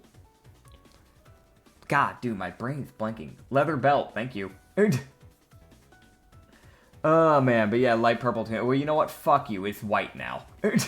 It is what it is. It's gonna be what I say it is now. How about that? Fair enough. Yeah, Anya typed in, for those who can't see, she typed in light purple tunic, brown undershirt. This is what I see, so this is what it's gonna be. Fair enough. As you say, Dan. This happens a fair little chunk bit insanity, and I just don't say a damn thing. Yep. I can't do much about it. Oh man, I want you guys to be able to try and have the same vision, at least to some degree, with me. So that's why I'm just gonna overwrite it and just say, you know what, white shirt, black. I already said it. Might as well canonize it. Fair enough. You guys get to go first. So, Ublex, Lindry, Shindo, and Pike. What is the play here? And Gildart. Oh yeah, and Gildart, right? Why did it not copy Gildart's? Why did it not do that? Oh my... Okay, I gotta hop back over to the map so it brings his health bar with him. Little bitch. Okay, here we go. And go back over to here. Oh my god. He's here. He's here. Hi. He's in the fish barrel. He landed on the fish barrel. We don't see it. Don't worry about it. You will soon. There you go. There I don't know why it's like that. There we are. Okay, cool. All right. Okay. So what's happening? Who's going? Kill them all. Ublex or Lindry? Yay! Or do you want one of the NPCs to go first? Lindry, do you want to go? Or do you want me to go? You can go first. I gotta figure out what she's gonna do. Fair. Okay!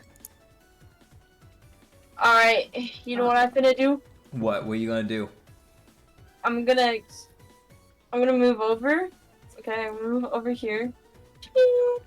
Wait. Oh, okay. So Ublex slimes a little bit in front of, like, slimes diagonally forward right in front of Shindeo. And then I'm gonna cast darkness. Ooh. Okay. 15-foot circle all around where I'm at. Alright. So let me do that little drawing thing where I draw. Actually, so 15 foot. Yeah. Ublex, if you click your token, you should be able to go into the settings and add a like aura around your character if the darkness is on you. Aura.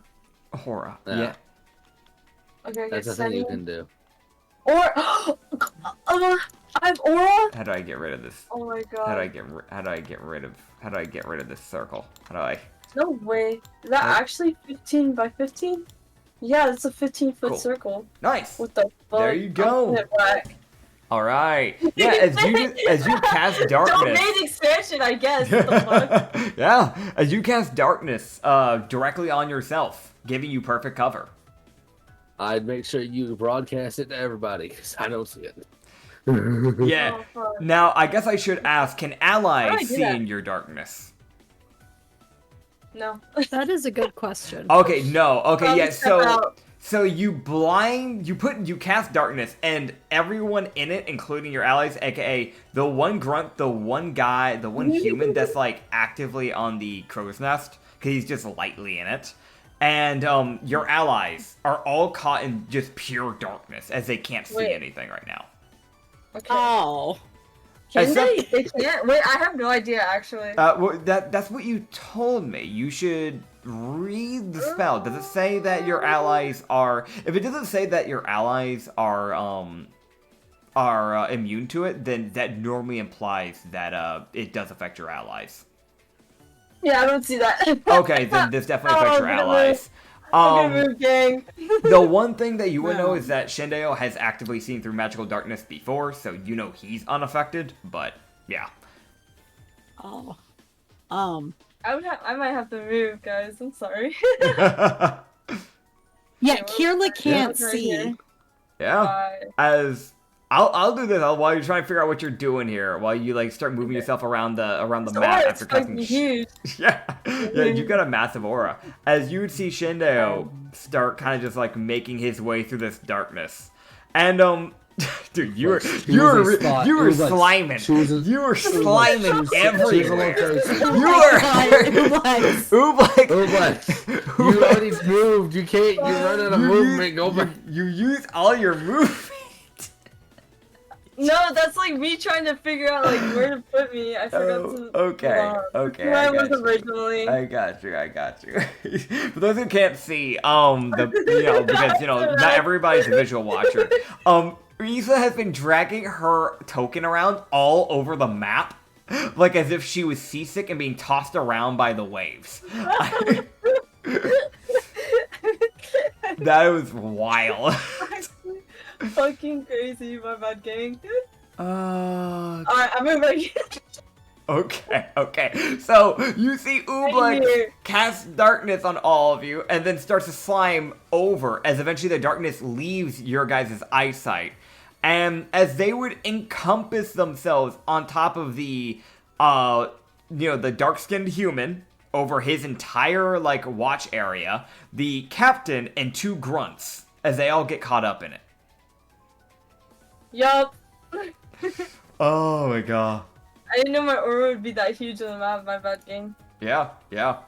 Wish I could see it. Wish you could see. What do you None mean? of us can see it. What do you mean you can't see it? You can't see the aura? Nope. No. What? How the do I fuck? change that? I don't know how you would change that because I've never used this to do this. The best I can say is like you can calculate, unless like there's another way I can say it. The best I can say is like you can calculate. You could calculate your.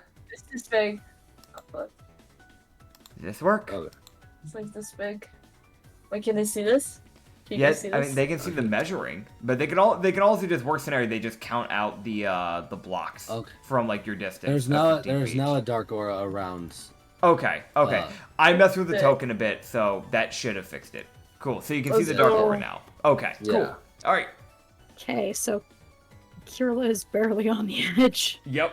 Careful, Kill. You would see Shindo walk into the darkness. And you would see Issa. You feel almost like as if, you feel almost as if, what is the best way to put it? There's this weird presence that comes from Shindeo. Almost kind of daunting. Funny little baddie. As everyone with any enemies within that is not an ally within 30 foot of him has to roll a wisdom save. As he got something when he leveled up. What? Holy crap! That is literally every Holy single person on the ship except except two grunts. As they all have to roll wisdom saves or become frightened, as it almost feels like as if you're watching a Grim Reaper walk into battle. Okay, here we go. That dude's scared shitless. Okay, so Oh the my grunts, God. the grunts are terrified. The captain's fine. The ranger does not budge with a nat 20. And the half-orc stands her ground. But you can see the like three grunts caught in this like almost eminent aura. You see them just become stiff as they get the frightened status. As they shit. cannot approach Shen. Shit. They can only move away from Shen. And if they try to attack him, they'll have disadvantage to do so. As you would see with this bonus action, as he just looks to the captain and just goes, "You're in the way." As he would just throw a spinning heel kick towards the back of the head. And I will be rolling to hit. As sad... Wait, actually, hold up. Wait, will that hit? That actually might just hit barely. he meets the AC of the captain, just barely. As he gets a 17. Oh yeah. And he will get at least an unarmed strike on the captain to open up his strike, as that will be 7 bludgeoning to the captain's back of the head. Damn. Holy shit. Is there anything else you wanted to do, by the way, Ublux? I just wanted to kind of mix it in, because I felt that fit pretty well with the whole darkness thing. Oh yeah, that would go crazy. No, I'm good. Alright. Ublex saves their bonus action. You saved your bonus action instead of using it for a cantrip. Yeah, you can save it, and you combine that with another bonus action next turn and make it into an action, so you have 2 actions. Or you could just use 2 bonus actions and an action next turn. It's up to you. This will be so swag. Heck yeah. As Lindry, what are you doing? Uh-oh. People measuring. Someone's measuring. Who's measuring? Who's... Oh, good. That wouldn't hit Ublex. Oh, thank God. So, centered on... How do I ping? You can right-click, and then there should be a ping option. Centered on that point there. Okay. Because that would not hit Ublex. Okay. Kirla is going to use Shatter. Okay. So you shatter, Which like, near the means- kitchen door area, essentially. Yes, which means Okay. everybody in a 10-foot radius from that spot, which is all 3 of those people, Yep. have to roll a con save. Okay. So I'm going to roll it. We've got the con save for the grunt. The grunt is definitely failing. The ranger got that is a dirty 20. And then That succeeds. the half-orc. Unfortunately. The half-orc might actually fail. That's a 7, so. Yeah, that fails miserably. Okay. The ones that fail take 23 thunder damage. Okay, so you see the grunt basically collapse and fall over. And the one that succeeded only takes 11. Okay. Because it's cut in half. Do you round Understood. up or down? Well, I round up. Oh, then it's 12. Okay. Yeah. So I'll add the extra 1. There we go. Cool. Yep, I round up for damage whenever damage is being rolled for both players and NPCs and enemies alike. So, yeah. Same. Anything yeah. else? Yeah, you can cast Shatter. You can't really see the ranger's reaction because, he's in darkness. But, yeah, you can definitely do it. You can at least see the half-orcs, like, kind of, like, grits their teeth. I need to see something else. You're too far away, but that's fine. I can move. Why can't I move you? You can't move your token? There we go. Okay. I figured it out. Okay, gotcha. Cool. Move you in the middle there. And then for the half-orc, it's gonna be another con save. Okay. Same DC of 14. They will barely meet that. They've rolled a 14. Oof. Okay. So what's happening? Well, she was gonna use poison spray, but it doesn't say if it's halved or not upon success. Poison spray, if I remember correctly, does not have. It's either it does, which is why it's such a high damage die for a cantrip, because it's doing a lot or it's doing nothing. It's literally it's definitely one of those ones where it's like, all right, either I'm gonna hurt or I'm gonna do jack shit. Yeah. Yeah. So, she yeah. tried. It is what it is. Hey, you at least already did some decent damage with that 23 from Shatter, so. Yeah. Yeah. Yeah. Yeah. As you would also see Pike just kind of like look in between the group and just go, all right. Well, I think you've got this side. And you see him just kind of clamber up by using Gildar as like a little pedestal. Just clamber up the top area because he can't really see the stairs. So he's not going to try and go up the stairs. As he goes up to the front, the more front area of the ship. As he would just look up at the grunt up at the up in the crow's nest and just look to him and just kind of go, well, I'd really hate to be this person, but you need to get down. As he would just chuck his spear. Hey, yo. Yeah, that's definitely hitting. That is a dirty 20 to hit a grunt. Dude, they have like 12 AC. That was unneeded. That was not okay. Okay, buddy. How's that health bar looking? Yeah, okay. So, you see this, like, spear basically impale this grunt in, like, the shoulder. You see this human go, like, basically grab at it as soon as it, like, goes in. And you can see him just kind of, like, he's, like, gritting his teeth. You can tell where he's, like, actively fighting his, like, you know, like, to try and stay conscious. And you see him, like, take a few steps back and then fall off the crow's nest. As he hits the ground and dies, as that spear just kind of basically gets twisted into his body because of the way he landed. Ouch. Yeah. As Pyro just goes, well, I was hoping to spare him, but I guess that's not quite an option. Looks over at the other grunt over in the front area and just goes, sorry? Sacred Flame. Sorry? As you see this bright, as you see this bright white flame form underneath their feet and erupt. As you see them try to move, and then they just get enveloped in this flame. As you hear the screams of the damned.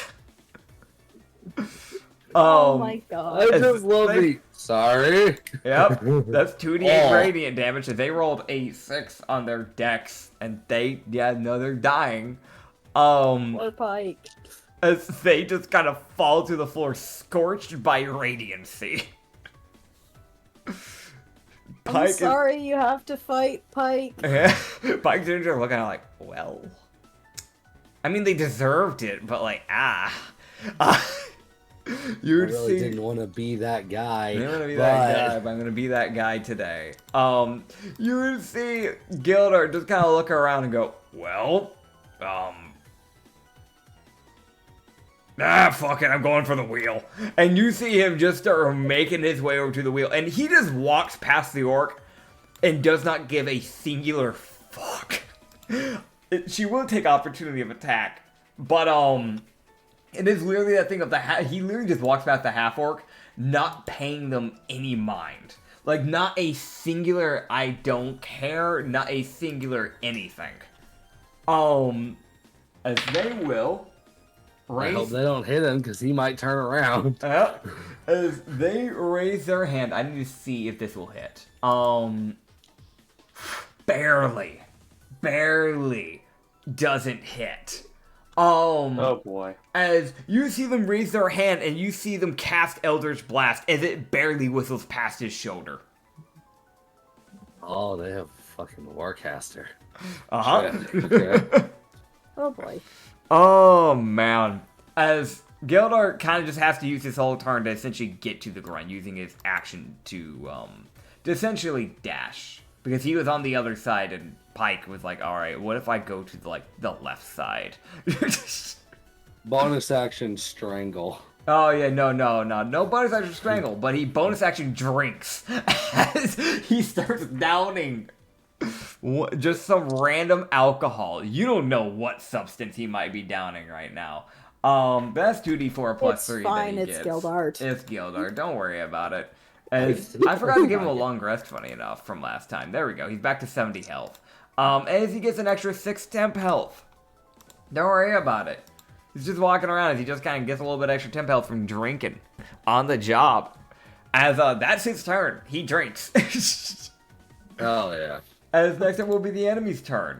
As you would see the ranger just kind of like, okay, Issa, gonna ask, with darkness, does it say if they're able to naturally see through, or do I need to be having them roll perceptions at disadvantage? Or does it have a specific mechanic? I don't think it does, right? No, they can't. It says they just can't see through it. Right, I forgot base D&D runs it a bit differently. Alright, gotcha, right. Okay. So normally what I do, because I did this actively when you've used it in the past, if you remember correctly, they essentially just roll disadvantage. Okay, yeah. That's normally what they do. I just want to double check because I didn't know if there was an actual mechanic or if I just been doing it my own way for no reason. Okay, yeah, so we'll still keep doing it like that. Because at least to me, like, even if it is magical darkness, I'm sorry, you normally, at least to some degree, can see something in darkness. I feel like that kind of makes sense to at least be able to have a shot at seeing something in there. Because also, how'd you find your way out of magical darkness? Right, like, you'll still, like, you guys are fighting, so it's just like, Yeah. to see that shit. Yeah. But I will actively roll the disadvantage perception check. What we'll do, I think this is what we did last time, but just in case, is how we'll probably try and read it from here on. Your spell DC, your natural spell DC. When you go to spells, it should have your modifier, spell attack, and save DC. What is your natural save DC? That is what he needs to beat, so he can see in the darkness. Okay. 15. 15. Okay. Yeah. So with that 15, he's not going to beat it on using his bonus action for the perception. So you would see as this ranger, you can see him like he's like, at least Ublux and Shindeo can see it, but you would see as he's like trying to look through the darkness and he just can't seem to get a good look on things. As you could just hear him just go, oh, fuck it. And you see him just grab onto one of the ropes that he's kind of like patting his hand around on near the end, because this guy's probably up here all the time, so he probably knows this bit of the surrounding well enough. As he grabs onto one of the ropes that are attached to the crow's nest, and essentially use that to slide down, as he would land right beside Kirla. Oh, hi. As he would come out of the darkness and then kind of like look around, and then he would see you and just go, well, I didn't want to fight this close combat, but if it has to be, so be it. As you'd see him knock an arrow. Really? Yeah. And you would see him aim directly towards your head, point face blank. Oh my god. Quick little fun thing about this arrow looks a little weird. It looks... Are you fucking that kidding me? arrowhead almost seems to look like it separates, like it's not solidified on the point of the tip. It seems to go out in 4 ways. As I'm gonna roll his to hit.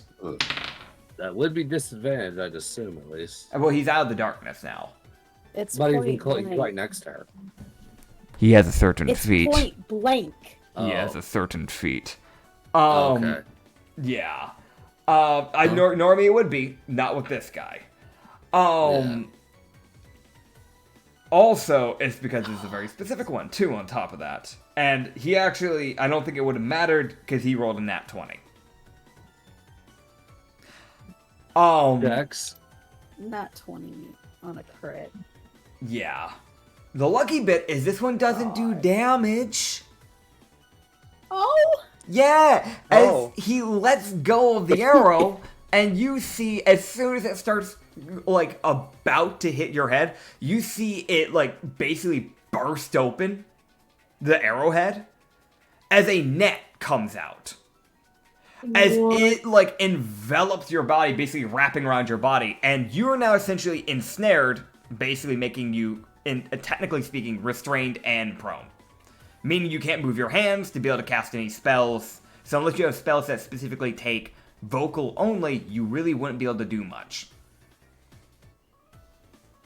As he's essentially completely restrained you by capturing you in a net. Is there anything I've got that is just vocal? I don't know, but you got some time to figure it out, so don't worry about it. As you would see the half-orc just kind of look around and just kind of go, well, this is rather worrisome. As you would see a little spectral seal begin to float around her. As it just kind of boops her. And it looks almost like as some of her wounds begin to heal. Oh. As she heals, the warlock heals for 13 HP. Oh fuck! I know what she is. Shit. Uh-huh. Oh, fuck. Yep. Uh-oh. I know what she is too. Yes. It's a very It's not specific just class. Acrid. Oh yeah. Oh, bastard. You You rat bastard. You're a piece of shit, you know that? Thank you, thank you. As she go up the stairs, ignoring the trapped person, and look to look towards the changeling and go, all right, pay attention to me. As she would actually, sorry, I moved her up one too many. As she gets to the right where the wheel is at, similar to y'all's setup. Do you have one more extra staircase? Where it leads up to the main little platform that is for the wheel. You'd see her create a lightning whip in the back of her hand, off the palm of her hand, as she tries to basically connect it onto Gildart's back and tries to basically pull him off the platform. Oh. As he's going to roll strength save as she casts lightning alert for her cantrip. And as you see her try to pull him, and you see the lightning whip snap. As you see Gildart look at her and just go, huh? Oh, it's you. Fuck off. I'll get to you in a second. Impatient. Shit. Kids these days. He was about to eat a grunt. He was about to chuck a grunt at her. Oh god. As now you have the ice captain. As she will be rolling disadvantage perception. What is her perception? Let me see. She'll roll with her perception ability. She does not have a great one. And you said it was a 15 she needs to beat? Isa? Yeah. Okay, so she will not beat your darkness. As she will roll again, using her main action, because she can't really do too much else. She still fails. So I will roll to see if she just moves around the darkness or not, because, I mean, you would kind of probably be trying to just find a way out of something like this, honestly. Please trip and fall off the boat. She will not. As you would see, essentially, it looks like as if she probably, with her, other bit of her action, almost preps something. Almost as if she readies herself. But, you can see that she does not budge an inch. Probably because she knows that there are people that are actively near her before all this stuff started. Or at least by sound, she can tell that. But yeah, it looks like she will not be doing much this turn. Weirdly enough, that darkness is coming in real use. Go. The grunt near Shindeo tries to take a swing at Shindeo. You see him bring up this scimitar and start to swing it directly down at Shindeo. You see Shin just kind of basically just tilt his head back and look back at them. And this is the one that already had disadvantage to hit because they were frightened. As their body completely takes a complete halt. As you hear Shindeo say something in an unknown language. Holy shit. As you see them become completely stagnant. As they just kind of crumple down to the ground. Basically almost motionless. As they rolled a nat 1. Oh my god. Oh. As he scared them into unconsciousness. Damn. As the other grunt that is caught up in the darkness. Okay, buddy, you aren't seeing anything. Do you fumble around? You do. Do you go near? You don't. You're actually... Okay, so... The one good thing about this grunt, he can't... You see with his bonus and he tries looking around, he can't see anything. Buddy, you fall off the ship by accident. Okay. So you see this, grunt start trying to go up the stairs in the darkness. And you hear just a thud. As... You can probably guess, he hit his foot on one of the stairs.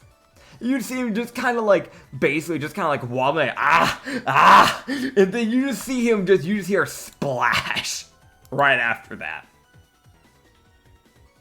as one of the grunts is off the ship. Gone. He might still be alive, but he's in the water.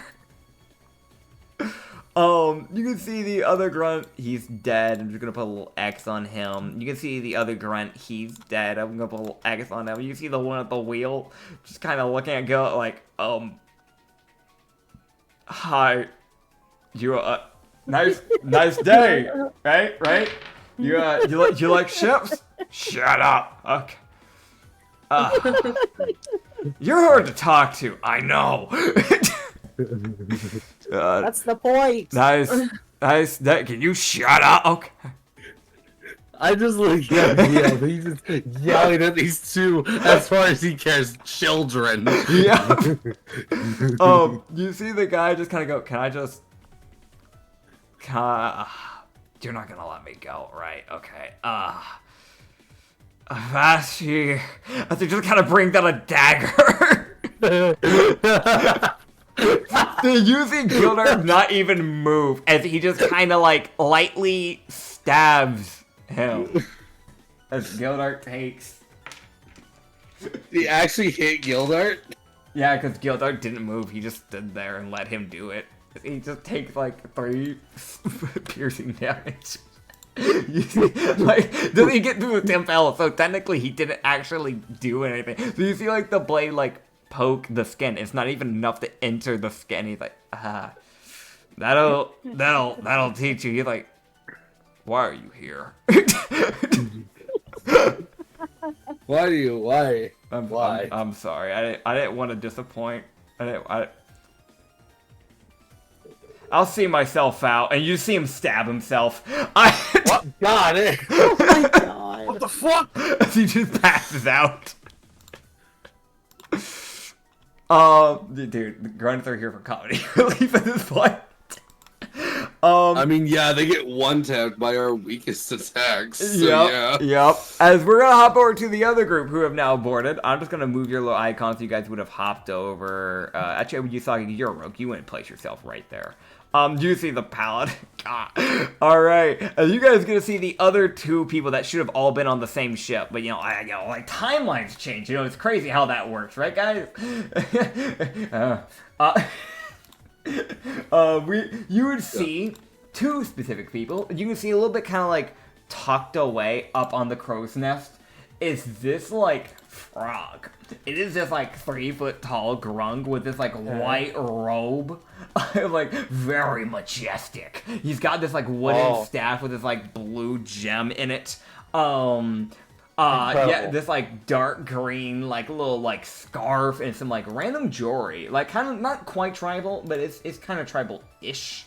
It's nothing fancy, like it's just like a roped type of like jewelry, so it might be made by these people.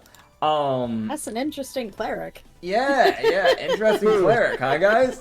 And then you'd have the one other tiefling that I want to mention. Very fun little guy, fun little guy, guys. It's this red tiefling with 4 arms. You can only see 2 of them in the image, but 4 arms, red potion, black cloak, black pants, black shirt. Standard rogue. And black gloves that are fingerless. Yeah, so edgy. Okay, kill me. What? And black tattoos on the neck. All right, cool. What? Oh, So man. edgy. So edgy. But yeah, you can see he has a bunch of little potions just on his little belt, and he's got a little scimitar. You approach his little area. I actually forgot to show images of all the enemies. I'm such a little goofy little guy. Whoopsies, my bad, guys. I'm just gonna show them. But yeah, what are you guys doing? Who wants to go first, Loki or Isagi? See the map. I'll go. Can you see it? Loki can go first, I suppose. Okay. Sorry about that. There we it are. goes. Yeah. Oh, boy. Alright, cool. Loki.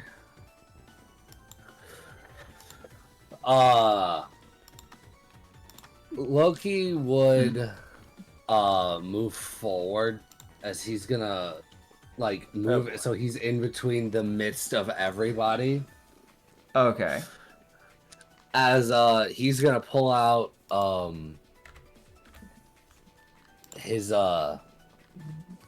2 war picks out of his his belt because he doesn't have his chains anymore. As Okay. he will take a deep breath as he begins to essentially chuckle.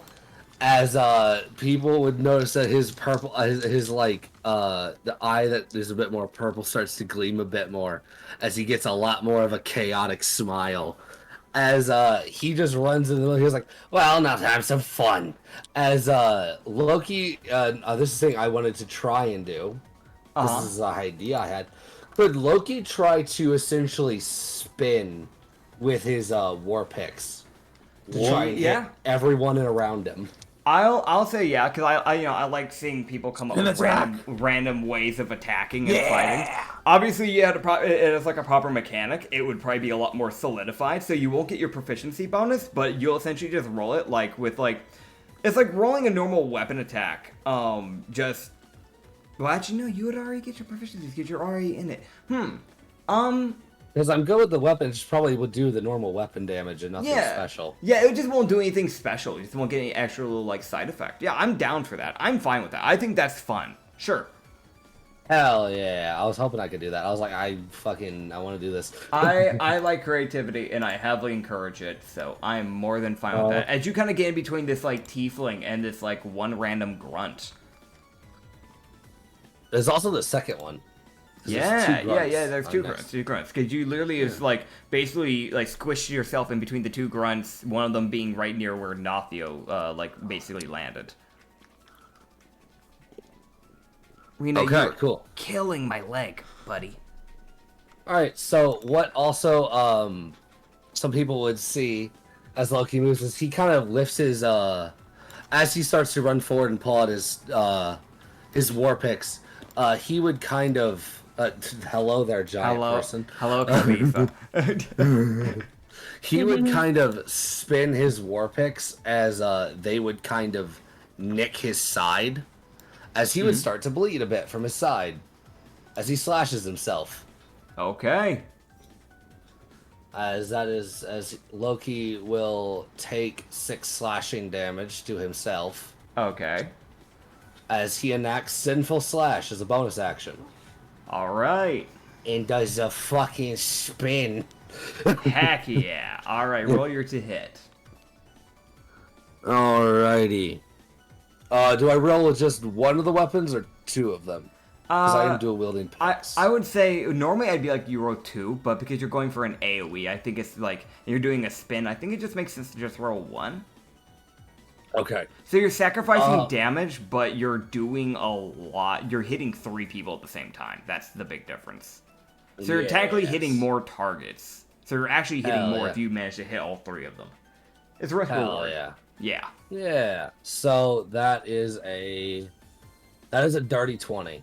That will meet all the ACs, yes. Hooray!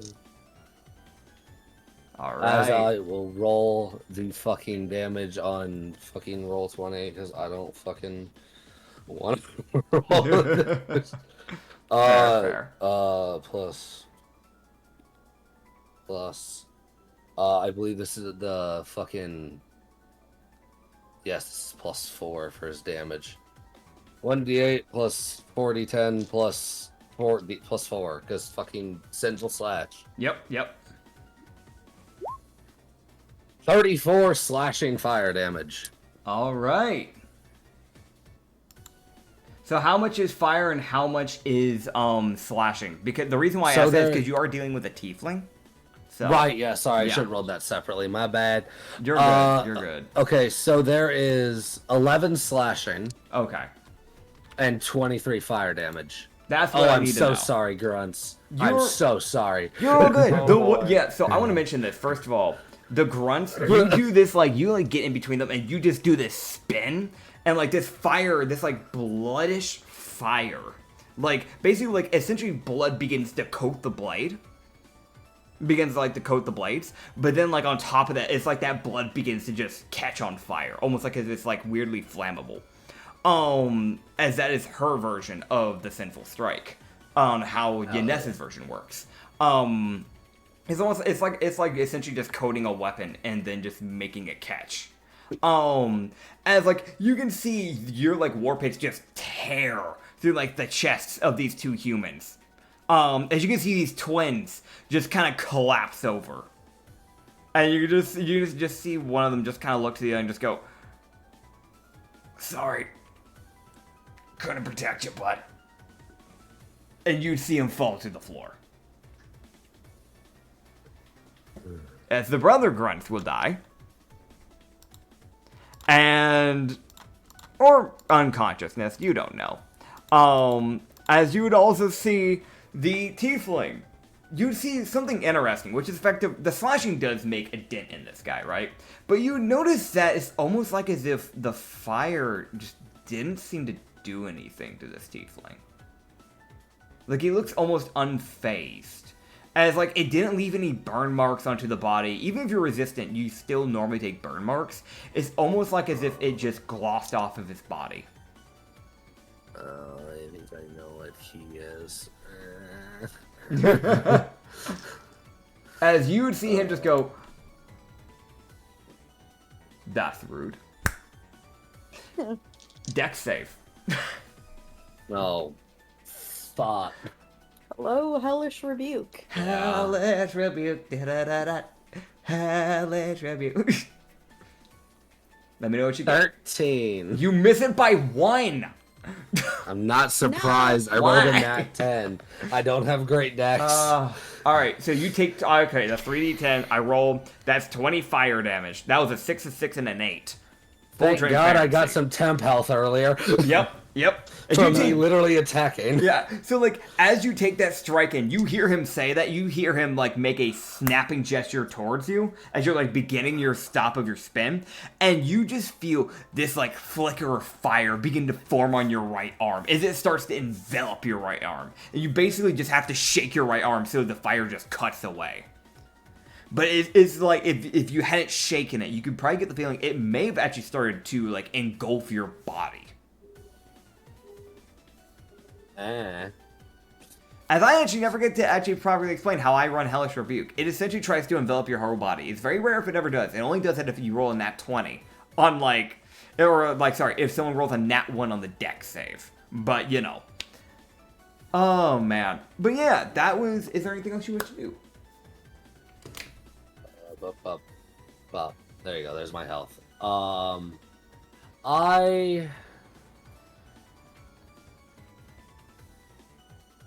No, that's it. That's my bonus action and my action, and I'm not gonna action surge yet. Gotcha. Usagi, what do you plan to do? Okay.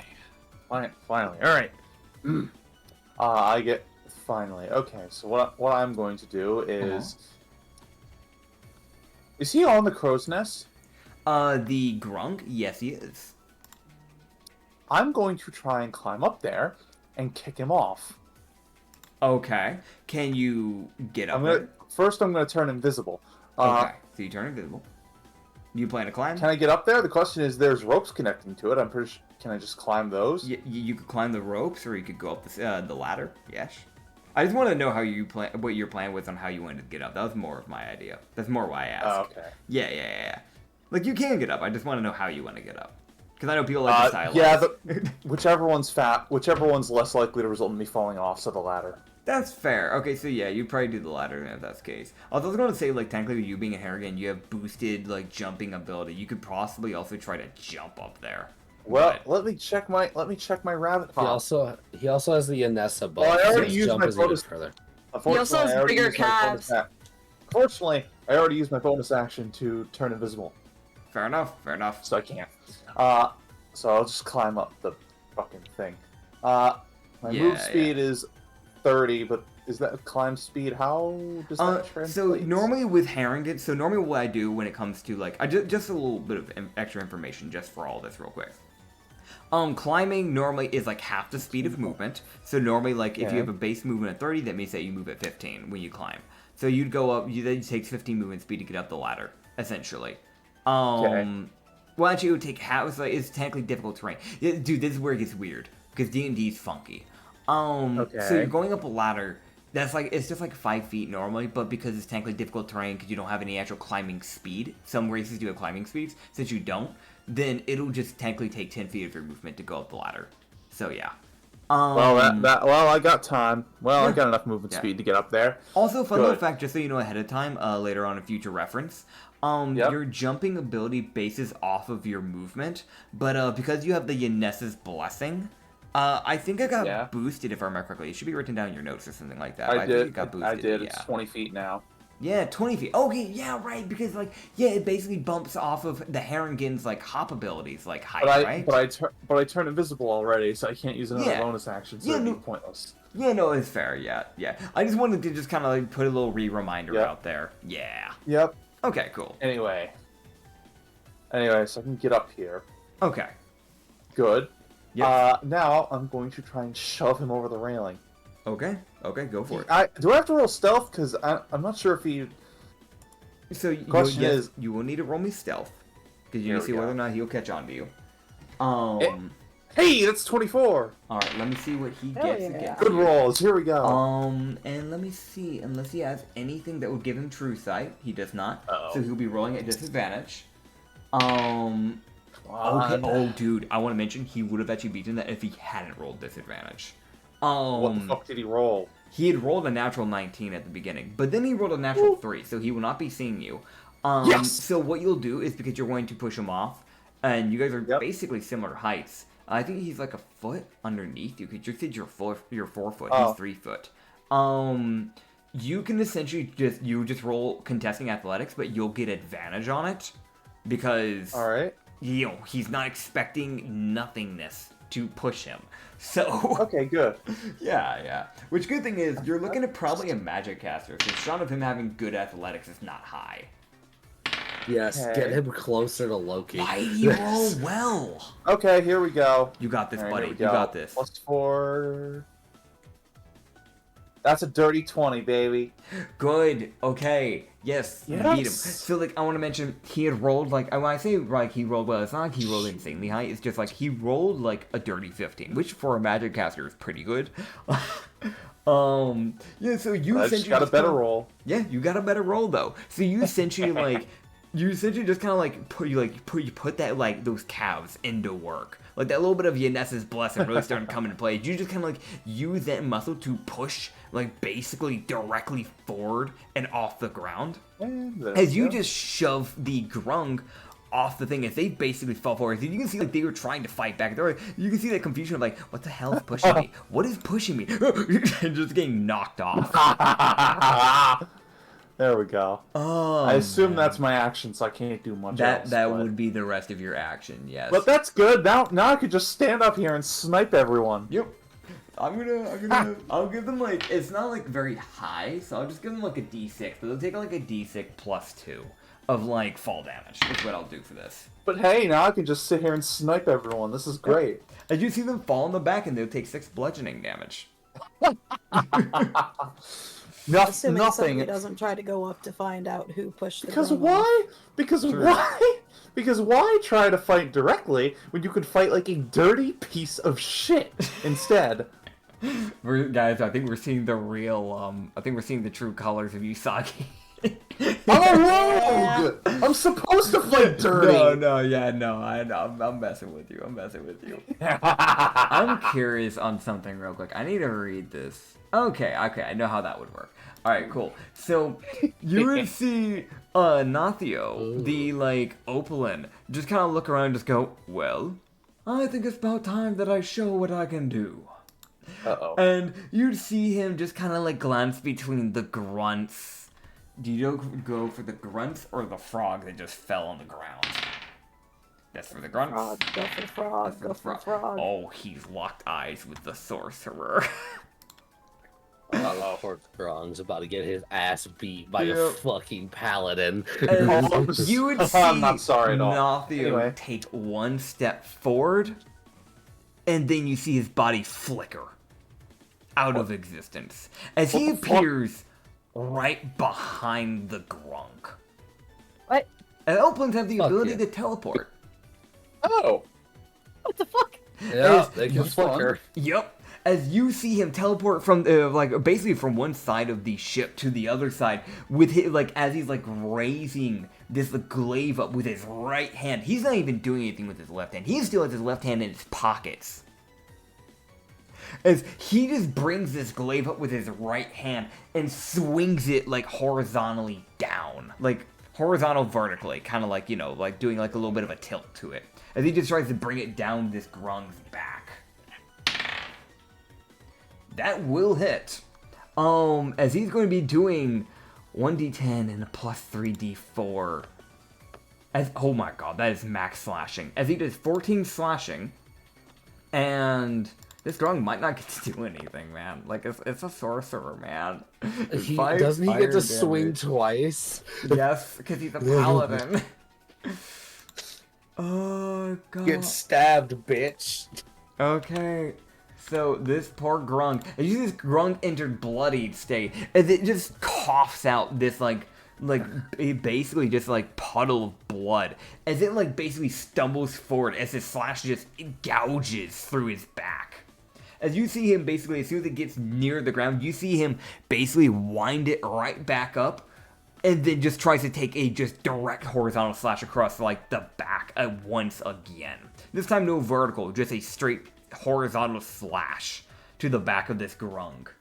As you can see that Nazi is just putting in the work on this grung. Hell yeah. As the grung will, on the second swing, you'd see it start to hear the swing beginning to come, you can hear the wind, and you see it basically just duck as it barely moves out of the way of the glaive's second swing. As you would see Varara kind of look around and just immediately take eyes on the guy at the wheel. As you would see her just kind of pull, you can just hear her just go, target sighted. Oh no. And you can see it raise the bow, quick draw, and let go. That grunt's probably fucking dead. That grunt is most likely dead. Well, too bad. That is max damage. Well, too bad. You hear this, twing from her letting go of the arrow. As you see Usagi, the arrow whistle by. Actually, look, you can see it too, because he's facing the right direction. As you can see it whistle through the air and center mass him in the temple of the head. As you see this grunt fall to the floor. Oh! As you see her knock another arrow, scan, and look to the other grunt at the other, crow's nest. Bring the arrow back and fire again. Oh, that's convenient. Oh my god. Oh my god, this man's getting sent to the moon. That is a nat 20 on a grunt. What did he ever do to you? As you That is overkill. So with this golf ball sized hole. Yep. So you see Varara pull back the you see her pull back the bow and arrow, and you see her just pull back the arrow and just go target sighted, neutralize nuisance, and you see her let go, and you feel for some reason that little ting sounds almost more like a gunshot. Something about that shot just sounded brutal. As Usagi, he's looking away from this one, but Usagi, you can see that arrow enter the guy directly where the heart's at, center mass of the heart, and you see his body give way from the ground. As may I remind you, she was having not to just aim forward, she was having to aim up because of the angle. As you see him go upwards, as he gets launched from an arrow. As he goes, let me just measure that. Bye-bye. 30 feet up and away. As you see his body go spinning like a cork. As he eventually goes head down into the waters. I feel like this should bring up to mind the question: what the hell did the Navy do to Varara that she thinks of the Navy grunts as targets? Don't worry about it. What the hell? Yep. That is the big question, isn't it? Listen. A headshot and a heart shot. I'm sorry, there is something there. You got a little personal, don't worry about it. Overkill. A little overkill. As you can see, with her just kind of looking around and just like, can she do anything with bonus action? I'm gonna go check. Oh, okay, yeah, cool. As you see, as she almost seems to place some form of a hunter's mark on that tiefling, as she ends her turn. Man. And now it's the enemy's turns. Oh wait, no, never mind. There's still a certain someone on a raft. Yeah. Yeah, as you see Carlissa pull out from her hip a gun, a revolver, aim it towards the one grunt at the front area of the hull, who was like actively the one that was arguing with her. And you can see it almost looks like as if he's got like, upon closer inspection, he's like, okay, you've got just the right advantage to be able to see this angle. It looks like he's got almost like hearts in his eyes. Almost like as if he's forcibly charmed. You know, it looks like a lot of the grunts seem to be under the spell of sorts. And then you hear a gunshot. Okay. Oh, he's fucking dead. Yeah, revolver does fuck you amounts of damage. I'm gonna be real. Minimum damage is killing this guy. And she does 20 piercing to this guy.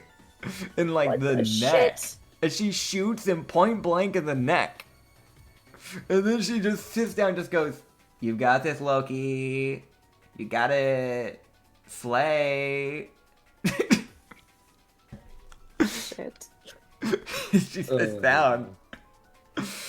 She really knows she does not need to help. Yep. So it's like, I don't like you. You in particular. You said my hair didn't look right. And I don't like that. You in particular, you Yeah. piece of shit. Exactly. As you see the frog, who is like actively, you can see they are so annoyed because they got shoved off by nothingness and then got attacked and ganked by a incubi essentially. And you would see it just kind of look and just go, "I fucking hate this lab." And you see him breathe. Wait, we can probably recruit him. You probably could. You just gotta make sure not to kill him. And you see him just kind of look and just go, "Fuck it, lightning bro." And then you see him just raise a staff. You see lightning basically strike Nathio as, yeah, it'll hit. And this is going to be an AC to hit for not just Nathio, because as it hits him, it's also going to bounce and try and hit Loki and Varara. As he's casting arc lightning, essentially. As it bounces between two additional creatures upon the person that it was originally aiming for. Agony. Let me know if this will hit. But, I'm gonna make sure, I'm pretty sure this hit Nathios. It did. It met his AC. Does an 18 hit Loki? No. Okay. So, you will only take half damage. And it will hit Varara because her AC was 17 and it hits Nathio. As you will be taking, I'm just gonna double check here, is, okay, yeah, 2d8 of lightning, so it's not high. And you get to half it, so, you know. Oh my god, it's almost max. As everybody will take 14 lightning, so for you that's 7. As like this lightning bolt just streaks across the three of you. And you can see almost like as if it seems to do a little bit extra to Varara. As you can see, like, sparks begin to fly. You can see, like, her head kind of, like, basically jolt. Almost reacting to that sudden surge of electricity. As that she might be vulnerable to lightning. Gee, I wonder why. Yep. And you would just see it just go, fuck you. And you'd see it just kind of like slam its staff down angrily. It's got the like big, it's just annoyed. It's just mad. It's not happy. As this wind begins to form. This heavy gust of wind. Oh my god. As in the direction of Nathio, meaning yes, that grunt to the left of the grung is getting caught up in it. As he casts from his staff, Gust. As he tries to knock Nathio off the ship. Because, you know, fiends don't normally like water. So let me double check here. Does he beat that strength save? Oh, he does. Yeah, he clears it by like 3. Grunt, do you... Okay. You see the grung send the grunt flying off with this massive surge of wind. And you see Nathio just like basically dig his glaive into the wood, into like the plank and not budge an inch. As that is the grunt's turn. And then you would see this like tiefling just go, well, aren't you hold up.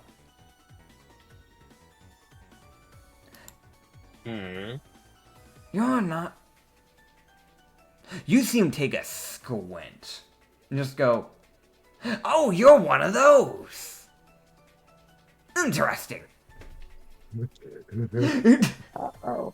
You just see Loki just start to smile as a little bit more of fangs would start to show. I have a bright idea. Oh boy. And I think you might just like it. As you see him grab a potion off of his belt. And not just one, but 2. And you see him just kind of look to the grung. And just kind of go, catch, buddy. And you see him chuck it. As the grung would catch it and drink it. Oh no. Oh god. As you see the grung grow in size. As the grung becomes a large. Oh my god. Knocking this grunt to the side. And you see him just go, do the honors for me, as he passes the rest of his turn to the grung. As the grung raises its staff. Hey now. And basically brings it up like a golf club. Hey now. Looking at Nathio and just goes, die. Wrong person, you're supposed to aim over here. Dude, Loki just shouts at him. Yeah. Like, hey, wrong person over here. Yeah, dude, like, yeah, not even just you. Like, you see the like, Tifa go like, no, over here. Oh. I want to mention, Loki was like, oh. Hey, no, you're supposed to... Oh, my. Wow, you are a petty bastard. He does it, Nathio. As you see him swing this staff. It's a staff, man. It did like 4 bludgeoning. It's a casting staff. It's not. As he does 4 bludgeoning damage to Nathio, I see Nathio just kind of like take the hit and just kind of look over him like, really, fucker? Like, you could have used your magic? That would have been... Motherfucker. As that's the tiefling's kind of turn. And he just kind of like looks back at you at that almost like, God, why do I bother type of look. Why don't I bother with these idiots? Loki would just sit there and just be like, He just called it like, these two are funny. Keep them around. As he just spins his war picks. Great. So it's more of him being like, spare these two. Fair enough. As the grunts will try to go. As you can see, okay, hold up, wait. So we have this one dead, that one's dead, and this guy's dead. I just need to mark those off. Alright. So there's only 3 left. Right, that one got sent into the water, so he's technically out of combat. There's 2 grunts left. The one that got knocked to the side. He tries to run over to Loki. And he tries to take a swing with his warhammer. You see him just go, I'm sorry. Hi. Sun is up. And you see him just swing. Might want to mention it's like sunset. So he's not even right on that. I want to mention, I feel like Loki looks over like, are you sure about that? Yeah. Are you a night dweller? Does a 21 hit? Yes. Okay. You see him I bump feel like you with the warhammer. I feel like Loki really just looked away, got hit. So he's like, oh, you hit me. Oh. You take 7 bludgeoning damage. You rolled max. Okay. As you see the other guy just got another gun run over, like, I think you're the captain. I think. Correct. Okay. Don't mind me. I'm just gonna, yeah, you know, just don't mind me. Don't mind me. Don't. Hey, listen. Lay a hand on her and I'll throw you overboard. Hey, listen, just let me go. And you see him just kind of leave your range.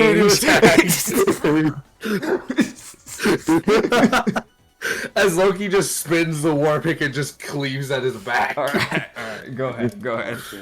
Nat 12. Oh, with a Yeah, you hit. with a +7. Alright. Oh my god. He just wanted to get to the crow's nest to see what threw off the grunk. Hey, I just should have said something. Oh god.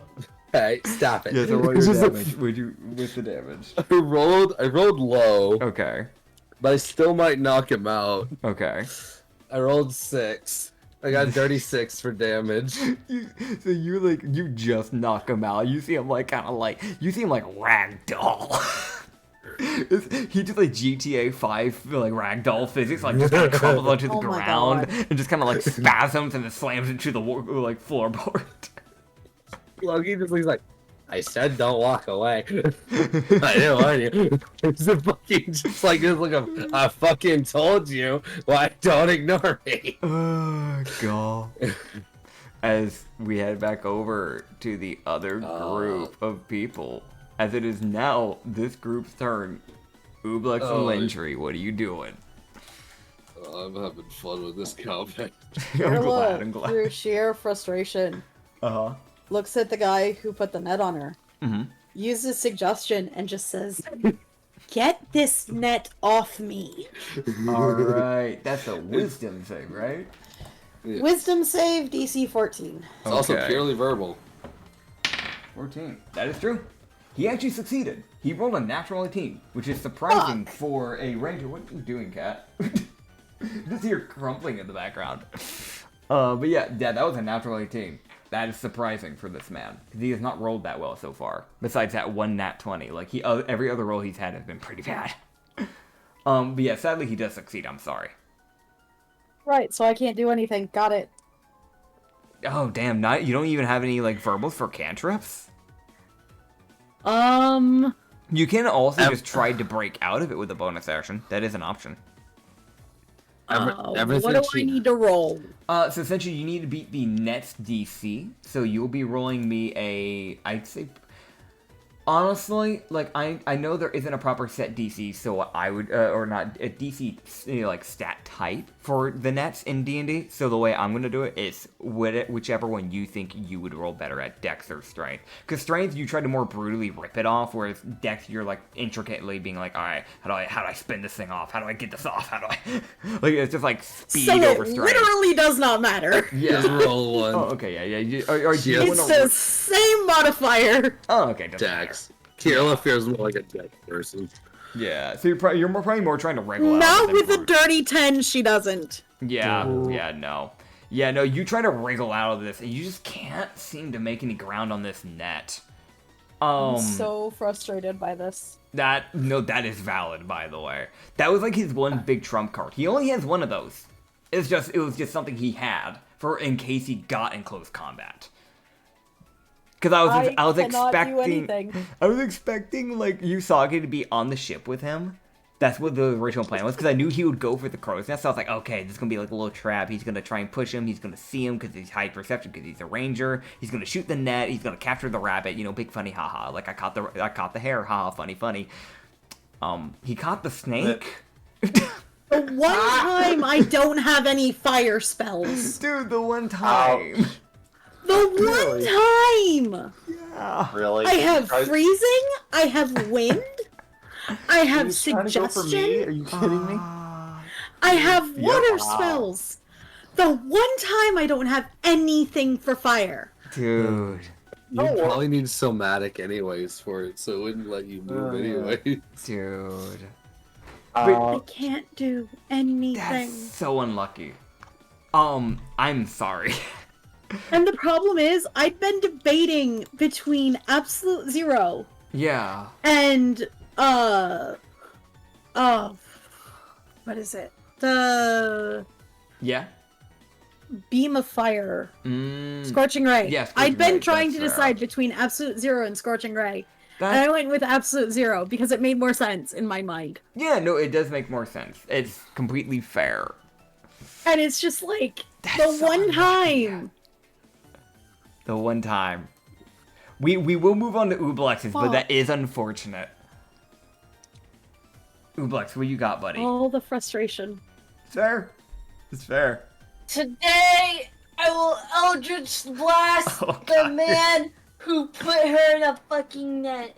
Put Lindry in a net. Alright, so Avenge me, Ublex! so you cork I through will your clean body. shot. Heck yeah. You cork through your body. Like you don't even you twist your body like nobody's ever seen before. And you just start Eldritch blasting. Yes, I'm gonna blast him. Roll your to hit. Oh, that's damage. Heck yeah. Oh, I fear 10 does not hit. 10 does not hit, I'm sorry. Okay. As that first Luckily- blast, like you corkscrewed and you tried to shoot Wow, as you're and that one. corkscrewing. Oh my god! Okay, so How joyous. here's what happens, right? As you begin to do this corkscrew, that first shot, you accidentally sling and it goes flying over and kind of like basically goes in between Lindry and the ranger. As it kind of just strikes in between the two of them. And then the nat 1, you're like, oh okay, whoops, my bad. You start to charge your nat 1 like this one, and you're like, God. all right, I got this. You just gotta add a little bit more oomph to it. And you're like, you're charging it up, right? You overcharge it as the magic blows up in your mouth. Oh, So you can roll your Eldritch Blast damage, and you are going to double that, and that will be the damage you take. So you're taking you rolled 14. 28? Yeah, you're taking 28 force damage as your my Eldritch Christ. Blast goes off in your mouth. And you need to roll me a concentration check. So just roll me a natural d20 to see if you can keep up your darkness. Okay. Just a natural d20. No pluses. Because you don't have Warcaster, so you don't add your con. So just be natural d20. You will lose it. You need Oh, 11 my or higher as your my- darkness falls. I did so much damage to myself. Oh, that's Ouch. heavily unlucky. I'm at 9 health, I fear. Dude, don't forget to update your bar on roll 20. Okay, thank you. That's Fuck, so Ublex, unlucky. No. Ublex. The good bit is you guys kind of already have the healer somewhat damaged. You did bring extra NPCs, so that might be in your favor. That might have been some good forethought. You still have another thing you can do. What else do you want to try and do with Ublex? That is heavily unlucky. Ublex does have a second bonus action my and another God. action, and her action, so. Yeah, you still have the other bonus action you saved, and you still have your action. I'm gonna cast darkness again. Okay. Wait, hold on. What you doing? Oh yeah, what are we I holding can on? cast dark You just can just fine. use it? Okay. I'm so chill. I'm so chill. You're so chill. I was like, you're so do I chill. have enough? Yeah. Like, You do that. I Just cast you- darkness You again. use your slide. You cast darkness, and then what are you doing with that other bonus action? I just blast the Hell, same what you guy. I'll want. try to. You got this. You got this. Oh, I don't fucking die. I want to mention for everybody else, essentially, you saw that blast go off. You see, like, smoke being clear from Ublux's mouth. As you say, like, it's kind of like that weird thing of, like, someone turned off the lights on and off for a second type of thing. Or, like, you see, like, the darkness phase, you see Ublux with smoke coming out of his mouth, and then you just see, like, the darkness appear again. Does a 13 hit? The 14 will hit. The 14 will hit. Oh, the 14 damage. Apologies. 13. Let me check if the 13 hits. I think that might barely miss. That does barely miss. I do apologize. Oh man, these are flops today.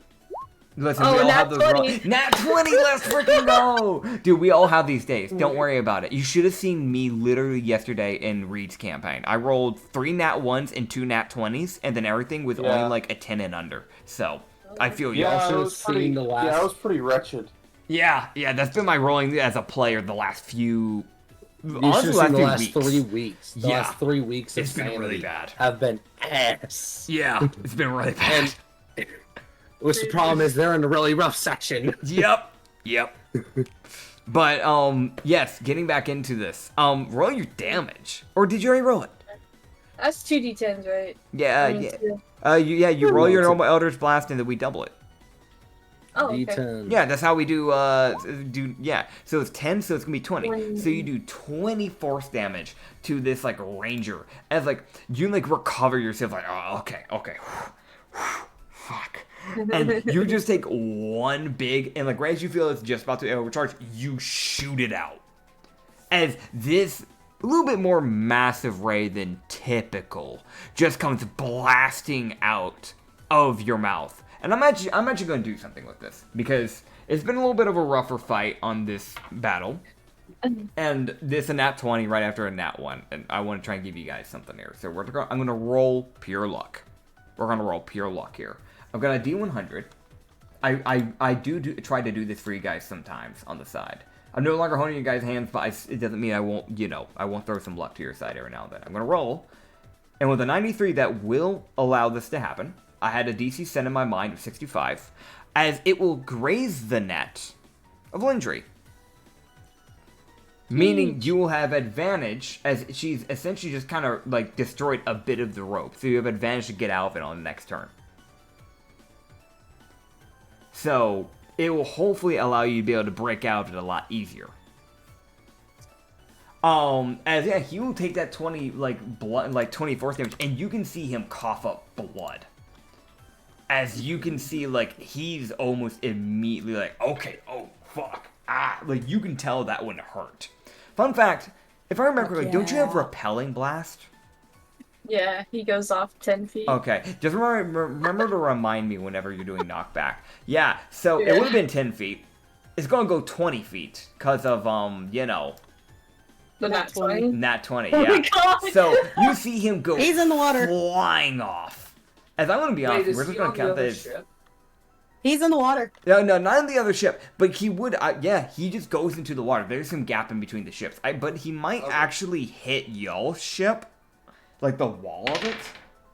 That's what I'm asking, because if it was far enough, he might actually land on our ship, so he's then our problem. I want to see something. If he lands next to Loki, that's gonna be so fucking funny. I would actually find that hilarious. Well, you gotta remember, y'all, so not quite. He barely misses the ship. So he essentially hits the wall of the ship and then falls into the water. So I'm gonna give him some extra damage here. There is so much blood in the water right now. Oh yeah. That's another 7 bludgeoning. And then cometh the sharks. That's my concern. Actually. Yep. I'll mention that's probably gonna happen if he's not careful. He will kind of sink into the water a bit. Because there is so much blood in the water right now. Yep. Thanks, Ferrara. You're welcome. As you see Pike look across the field, I'm just gonna see something here. Oh yeah, he can make it. Yeah, you see Pike on his turn go up to the corpse with his spear, pull it out, head back over to the same spot he was standing in, and hurl the spear from one side of the ship to the other. Essentially from the front area of the ship to the back area where the wheel's at. As he hurls it towards the half-orc, because that's the only other enemy that is alive that he can actively see because of the darkness. Come on, Pike. Sadly enough, that is going to miss. No! As you see it, like, begin to fly by, and you hear him just go, well, I like that spear. Oh well. And then just snaps his finger as Sacred Flame is cast. She will be rolling a dex save. And she does fail that. No! That spear's just gone. Oh, It just goes off the ship. No, Yeah. he set it on fire. Oh no, it went off my. the ship. Yep. Fuck. Yep. Sacred Oh. Flame's going underneath the lady. And she will be taking damage on that. She did fail her dex save. As you see that same fire that he used on the grunt begin to form underneath her and envelop her, as she takes 9 radiant damage. As it begins to engulf her. Oh man, dude, that's so unlucky. That's so unlucky. Like, that was just a And bad we don't have roll any from him. spears that were looted. Nope, but he might just be able to get one of the artificers to make him one. It might just be a little bit more on the metal side than what he had before, because that was the one from his kingdom. He's had that from day one. That's like a common spear, so it didn't even have a plus on it, so it might be for the better, because it forces him to equip himself a bit better. But you can see him just kind of like just grumble about that as he'll hop down using the last little bit of his movement speed. As you see Gildart look over to the orc and just go, alright, you're next. You're getting on my nerves.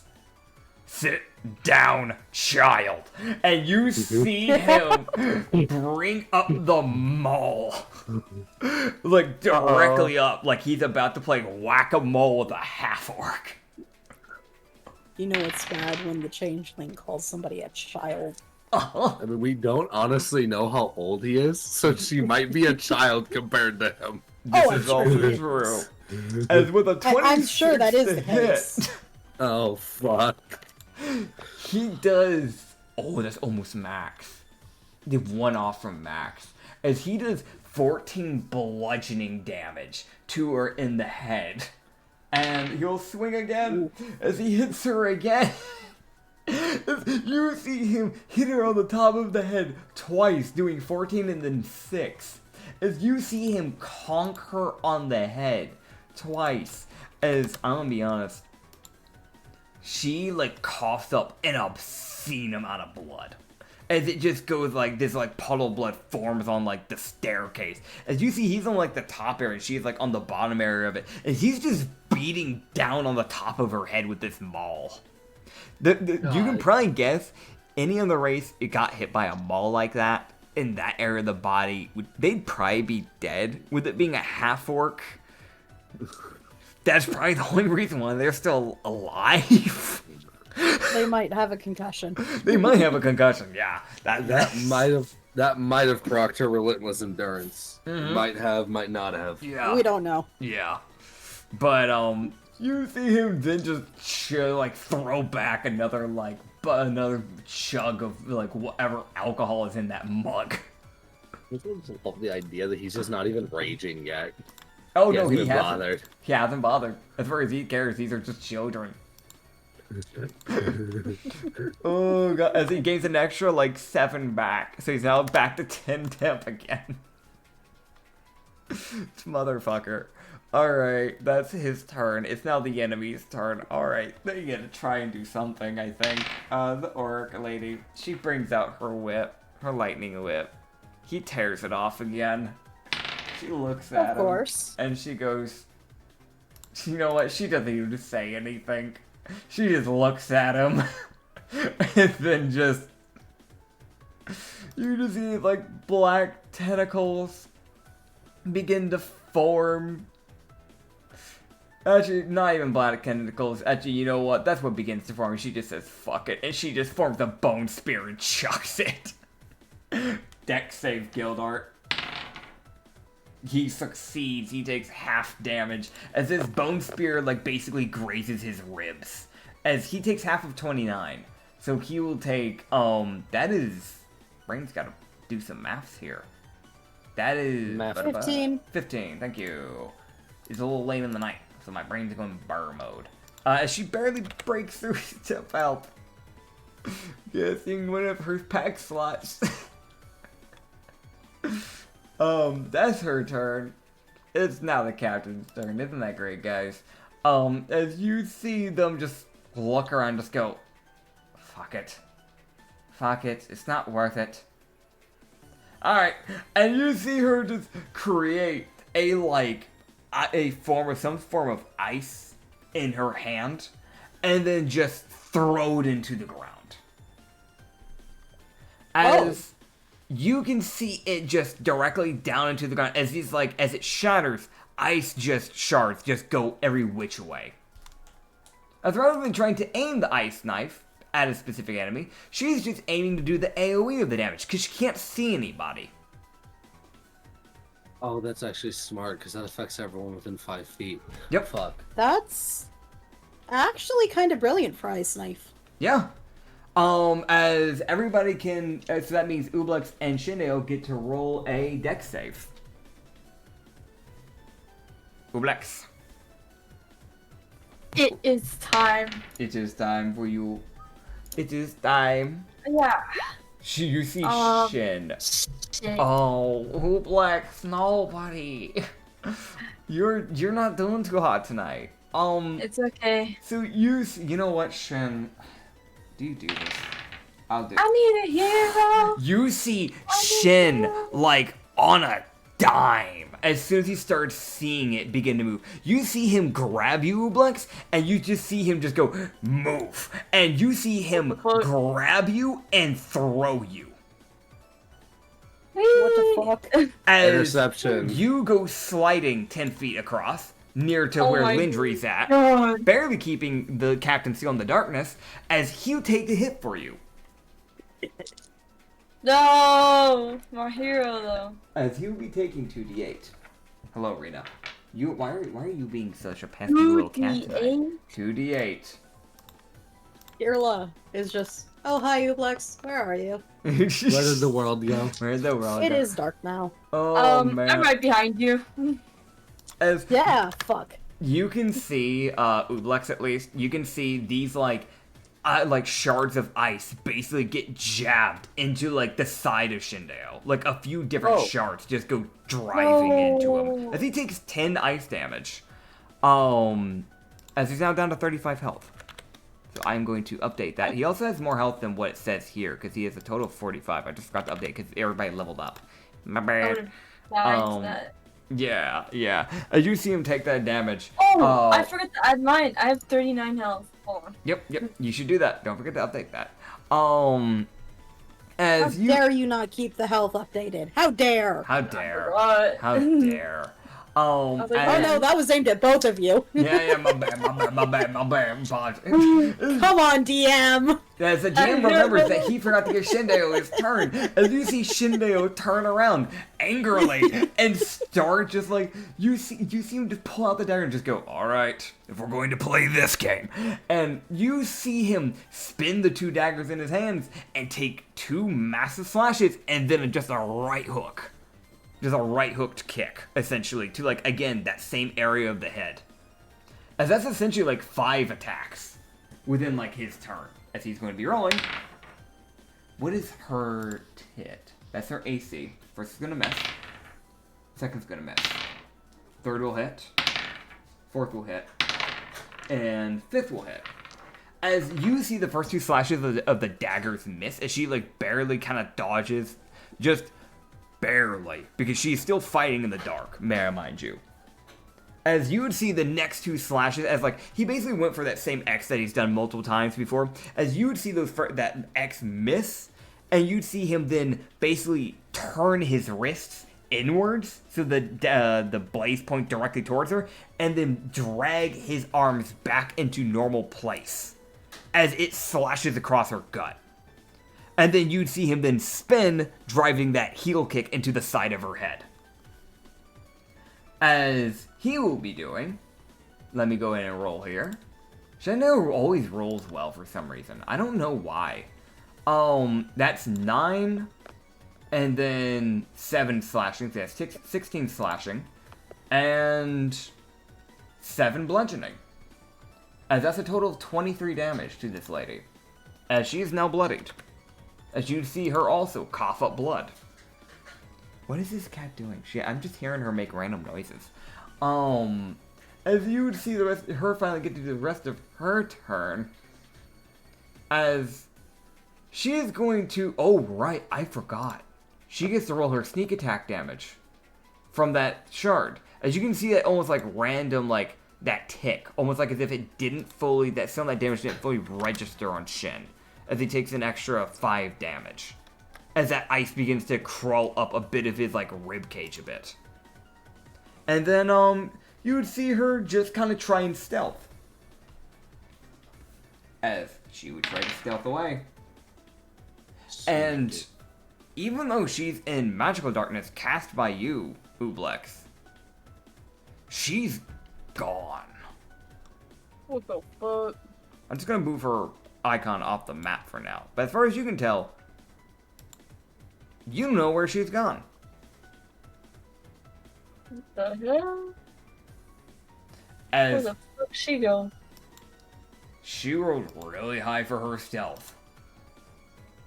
My god. Wait, hold on. Is she findable? I need to check this. Hold up. I just realized a Kirla thing. has a passive of 23. That might not be enough. Do what? Oh, fuck.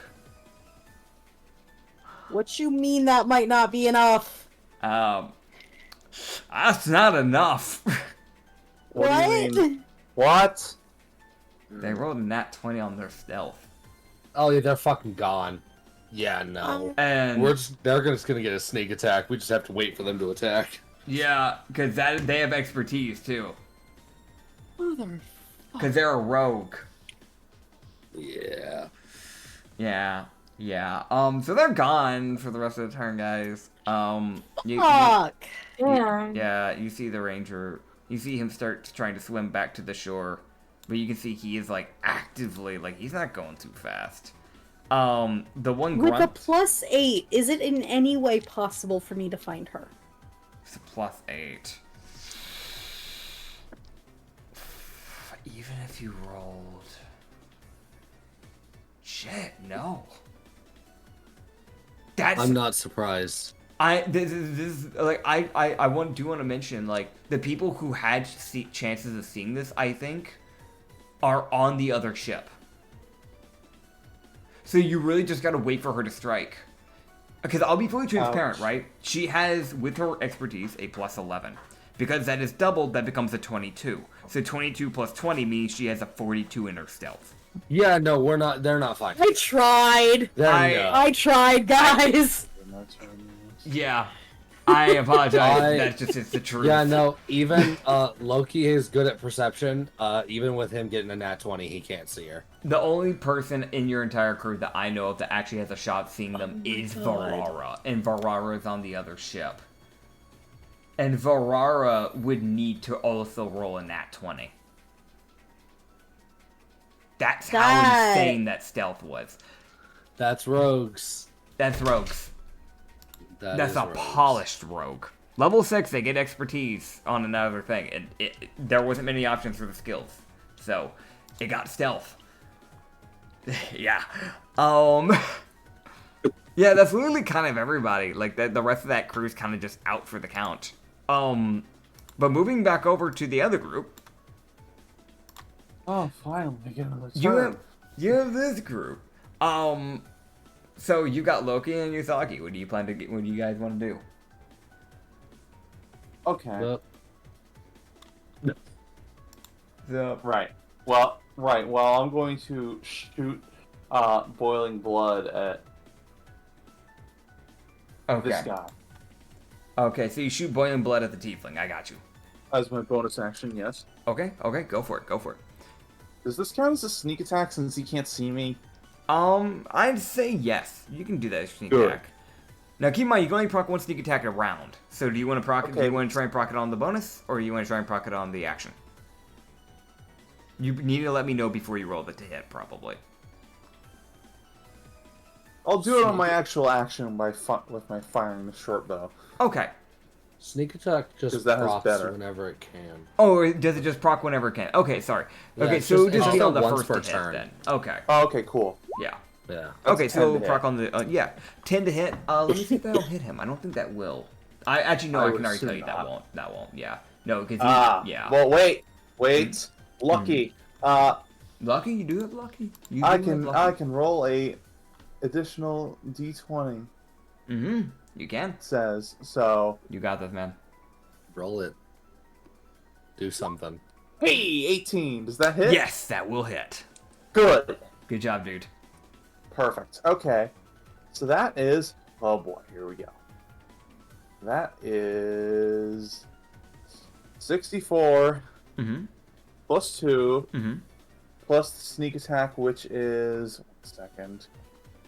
Scroll through my freaking You got this, man. 3 plus additional 3d6. Okay. Let's get that Good. damage. That's 25 damage. Nice! You bloodied him.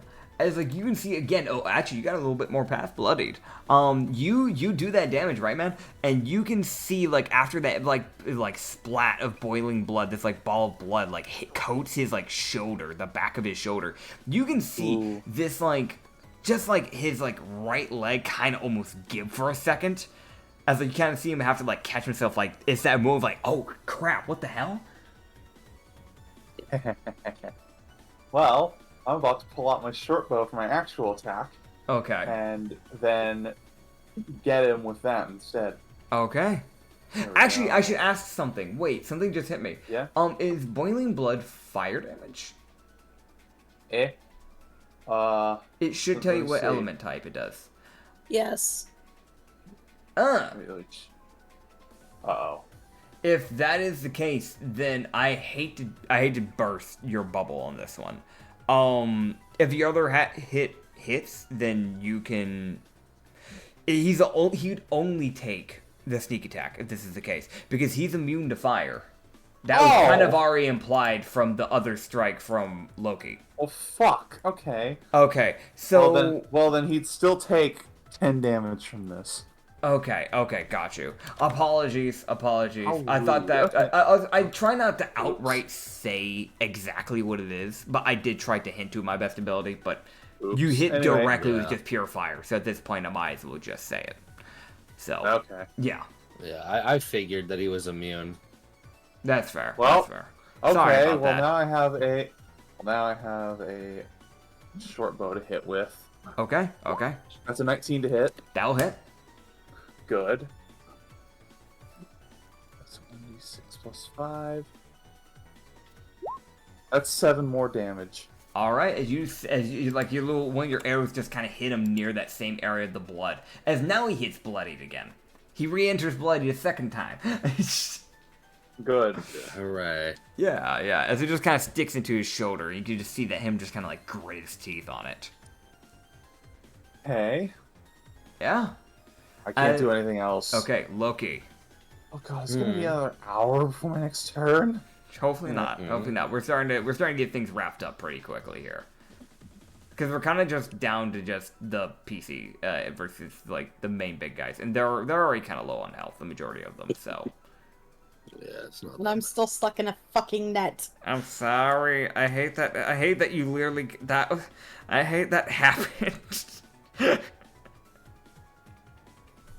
I can't pull fine. punches. I wanna. Fine. Yeah. It's not your fault. Yeah. All right, what are you doing, Loki? Something, I don't know. All right, so you hit the grid. Well, you should know. Okay, so Nathio. So look, no, shush. Okay. Damn. The fuck you mean you don't know? So also I fucked up with Loki's fucking health. There you go, I corrected it. So Loki would snap his fingers as he would cast Hex on the Tiefling. Okay. As he would just go, and I'm gonna need you to go to sleep. As he just starts fucking swinging. Fair. As he is going for non-lethal because he doesn't want to kill this guy. All right. And if he can't avoid killing the Grung, he'd like to do that too. He has requested the Grung not be killed. Though, at this point, the Grung's made this weirdly personal with Nathio, so Loki really won't stop him. Like, he made it extremely personal. Like, it was the most personal shit I've seen. Dude, he really did. Like, it was almost like, you're so... Like, that's why Loki was like, wrong direct... Oh, wow. Okay. Alright. You probably tell the Grunks had a bad day today, man. Like, this was just adding on to it. Oh my god, I cannot fucking... I'm rolling for shit. No. I got a nat 5, a nat 4, and a nat 7. Ooh. So, that notes out, like, my highest hit is, like, a already 14 on the Tiefling. Which I don't even think he's a Tiefling. It just won't hit him. Yeah, well, luckily, the last one is a nat 20. Okay, that'll hit. That'll definitely Fucking yay. Thank God. I think I know what he is, annoyingly. Plus 4, plus 1d6, cause fucking Hex. Oh, that is the most annoying fucking thing. Oh, man. That's 11 damage. That's just what I naturally rolled. Alright. Did you do 11 damage? But it was on a nat 20, so. Gotcha. So then that'll be an extra 11. Hell yeah. Buddy, roll me a con save. That is the most, like, you see with his 1 HP, as he almost falls back. I rolled con to see if he stayed conscious. As you see him lean back and, like, begin to stumble. And you see him, like, kind of shake his head. And then reach for a potion and down it.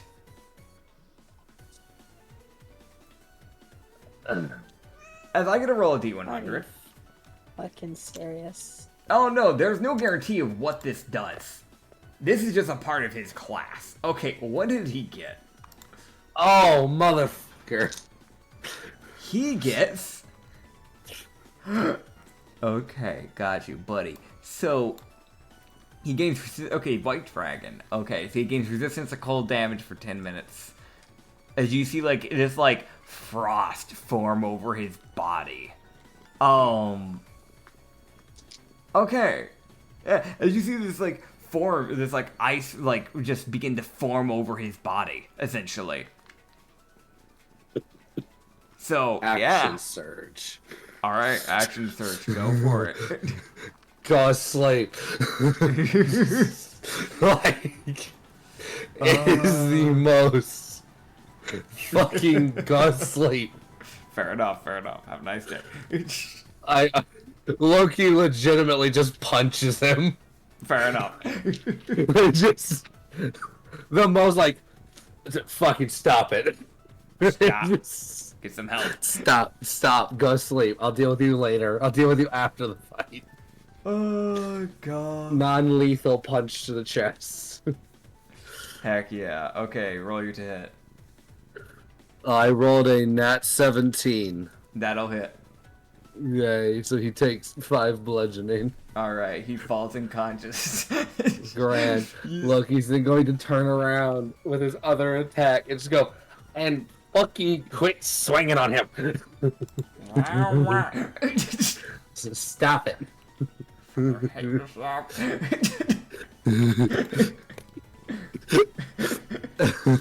As that dirty 16 Yep, that'll hit. And then a nat 17. That'll hit. Alright. More fucking grung. It's getting brutalized. I want to mention he could tell Loki is kind of like Loki would normally be doing slashing here. He's not. He's actively trying to just do blood. He's like, go sleep. Stop it. Like, quit it. Oh, God. Alright. Quit your shit. Oh, As man. I do need to check something about Hex. Okay.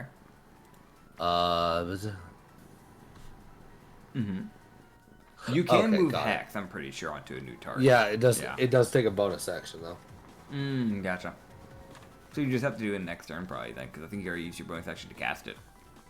Yes. Yeah. 2d8 plus 8.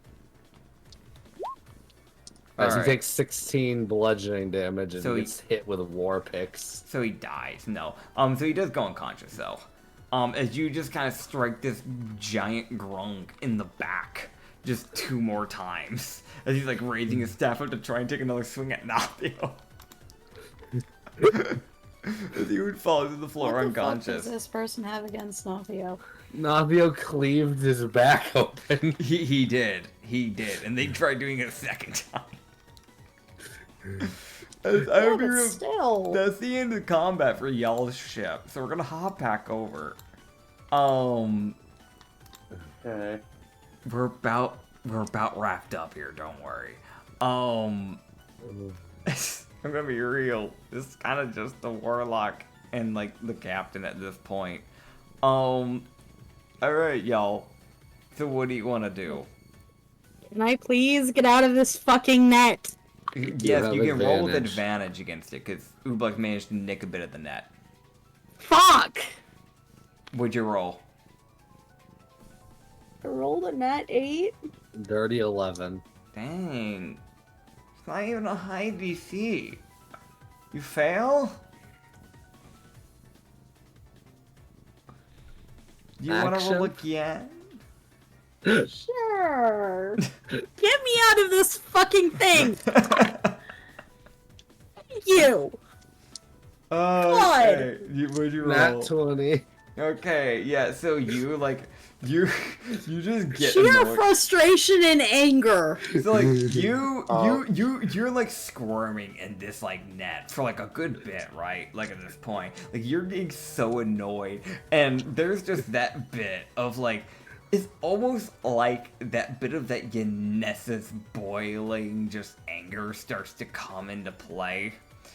Even though you follow Kikis, it's almost like as if Yanessa went, okay, but what if we heat the body up enough without killing them? As it feels like your body begins to start raising in temperature. And, Honestly, the snake person would probably appreciate that. They're cold-blooded. Yep. And then you see the ropes catch fire.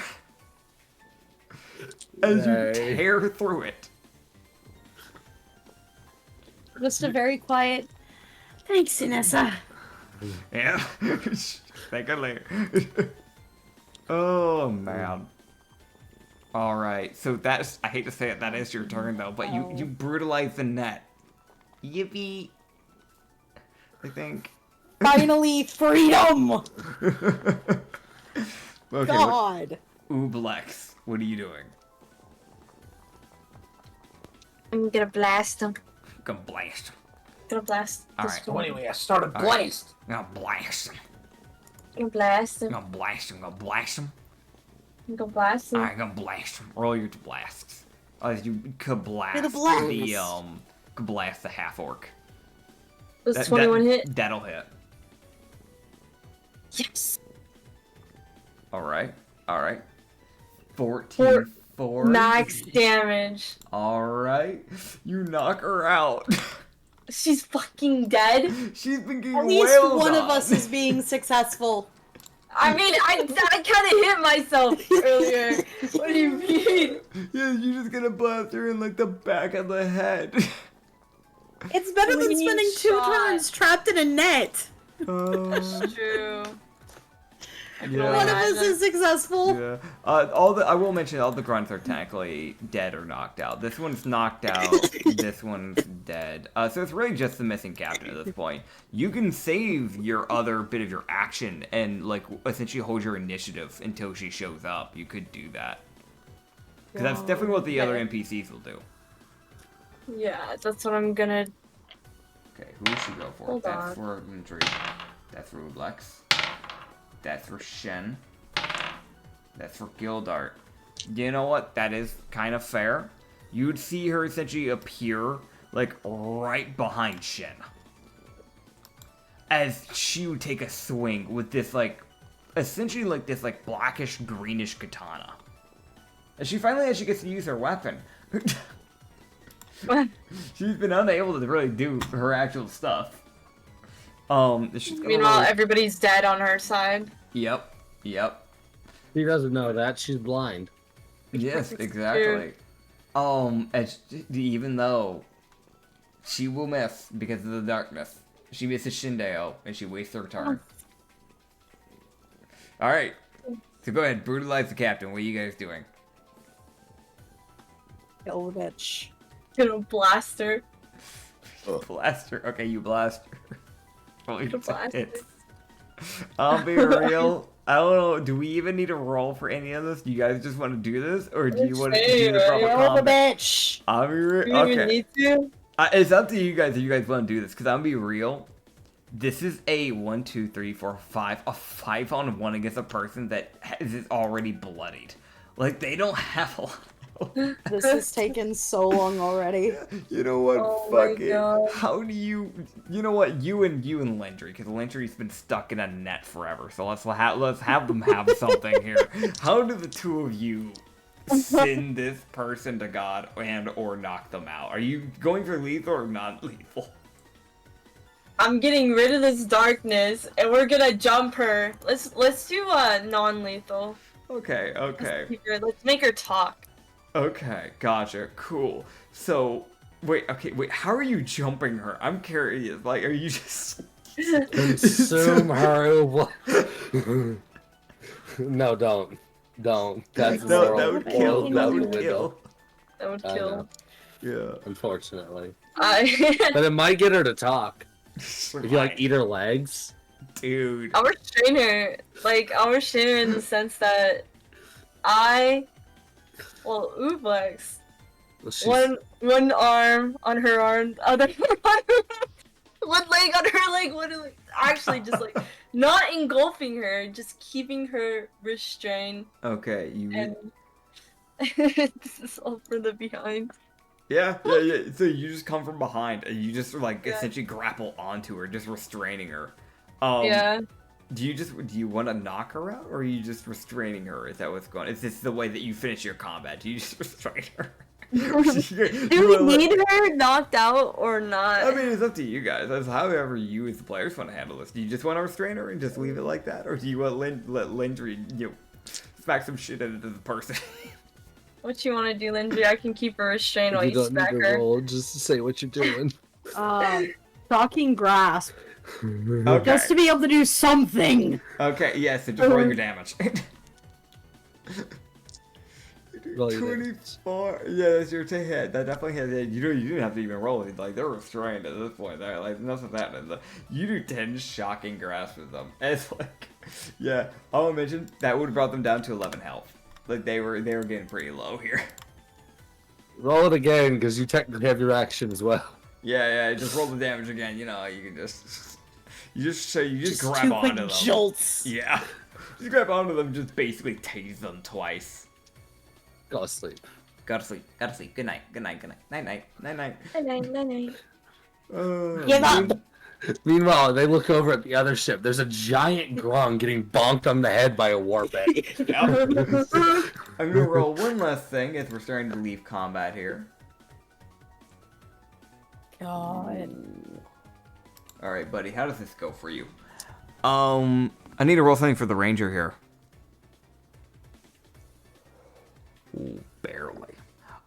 So, fun little thing for anybody that's on, like, a watchtower has a good position area. So I'd say, probably not Loki, but I know, Well, it's really just the only player that could actually see this is Usagi, funny enough. Because everybody else is actively dealing with stuff. Usagi, you can see that, like, some lights were beginning to form in the waters. What? Uh-huh. Oh no. What does that mean? You could see that the bodies that were floating were beginning to disappear one by one. We should leave now. Oh no! As you see the ranger grab onto the boat to try and climb up, and you see a hand jolt out of the water. And then you Anglerians. Yep, the Anglerians are here. I was does about that to say, mean? hi Anglerians, The let's get the fuck out. The Anglerians are a very... You guys have actually run into Anglerians before.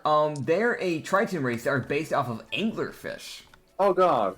They're That's the terrifying lights in the creatures. water. Yes. Oh. They use their... They're also being hunted to death. Yep, they're also another one being hunted after the Navy. Meaning that there's a shot that if they see Navy ships, there's a good shot they just go after it. They will just like attack Navy ships on sight now because of Is what the our Navy ship chose them to safe?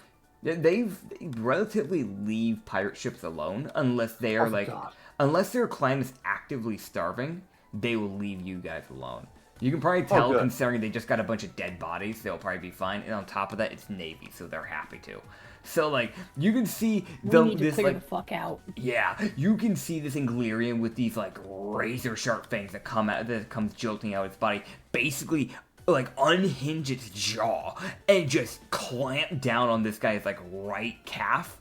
And you can hear this, like, pain scream. As you can see him get forcefully dragged off, like basically pulled down off the bit of the ship he was holding onto and into the waters. As you see him try and break free and try to swim up, as you see him just go sinking deeper and deeper and deeper. Yeah. That ranger Worse than sharks. Mm-hmm. As not only is he in maximum pain, he is going to be drowning to death. Oh my. But yeah, you guys, that's the end of combat. Yippee! Now Grab normally, the unconscious ones and let's go. yeah. So I'm gonna be honest. Like, you guys will probably handle the whole, conscious people, all that stuff. You guys can handle the looting in the next session. How about that? Because it's actually already pretty late. It's only a lot longer than what I expected. I didn't expect the combat to go this long. Apologies. But in the next session, you guys can essentially loot the boats if you want, loot bodies, do what you want with unconscious people, that sort of stuff, all that fun stuff. But thank you guys for watching this episode. You can check out the Rum and Harbor campaign over on the Lost Harbor Tavern, which is up on YouTube and on Spotify, where you can also find the Brothel campaign, and, the Hidden Garden campaign. Got some other stuff in there, too. You can go check it out. And on top of that, we also have the Lost Shipyard. We can go find the Sanity campaign, and the Duped campaign, and the Amnesia campaign, which is all over on our second channel. You can go check it out. Or you can go check out the Spotify. That should have it all. I'm still getting everything up on Spotify. Listen, it takes a long time. I gotta re-download and upload, okay? It takes a while. But thank you guys for watching. And I'll see you guys next episode. Bye-bye. Bye. See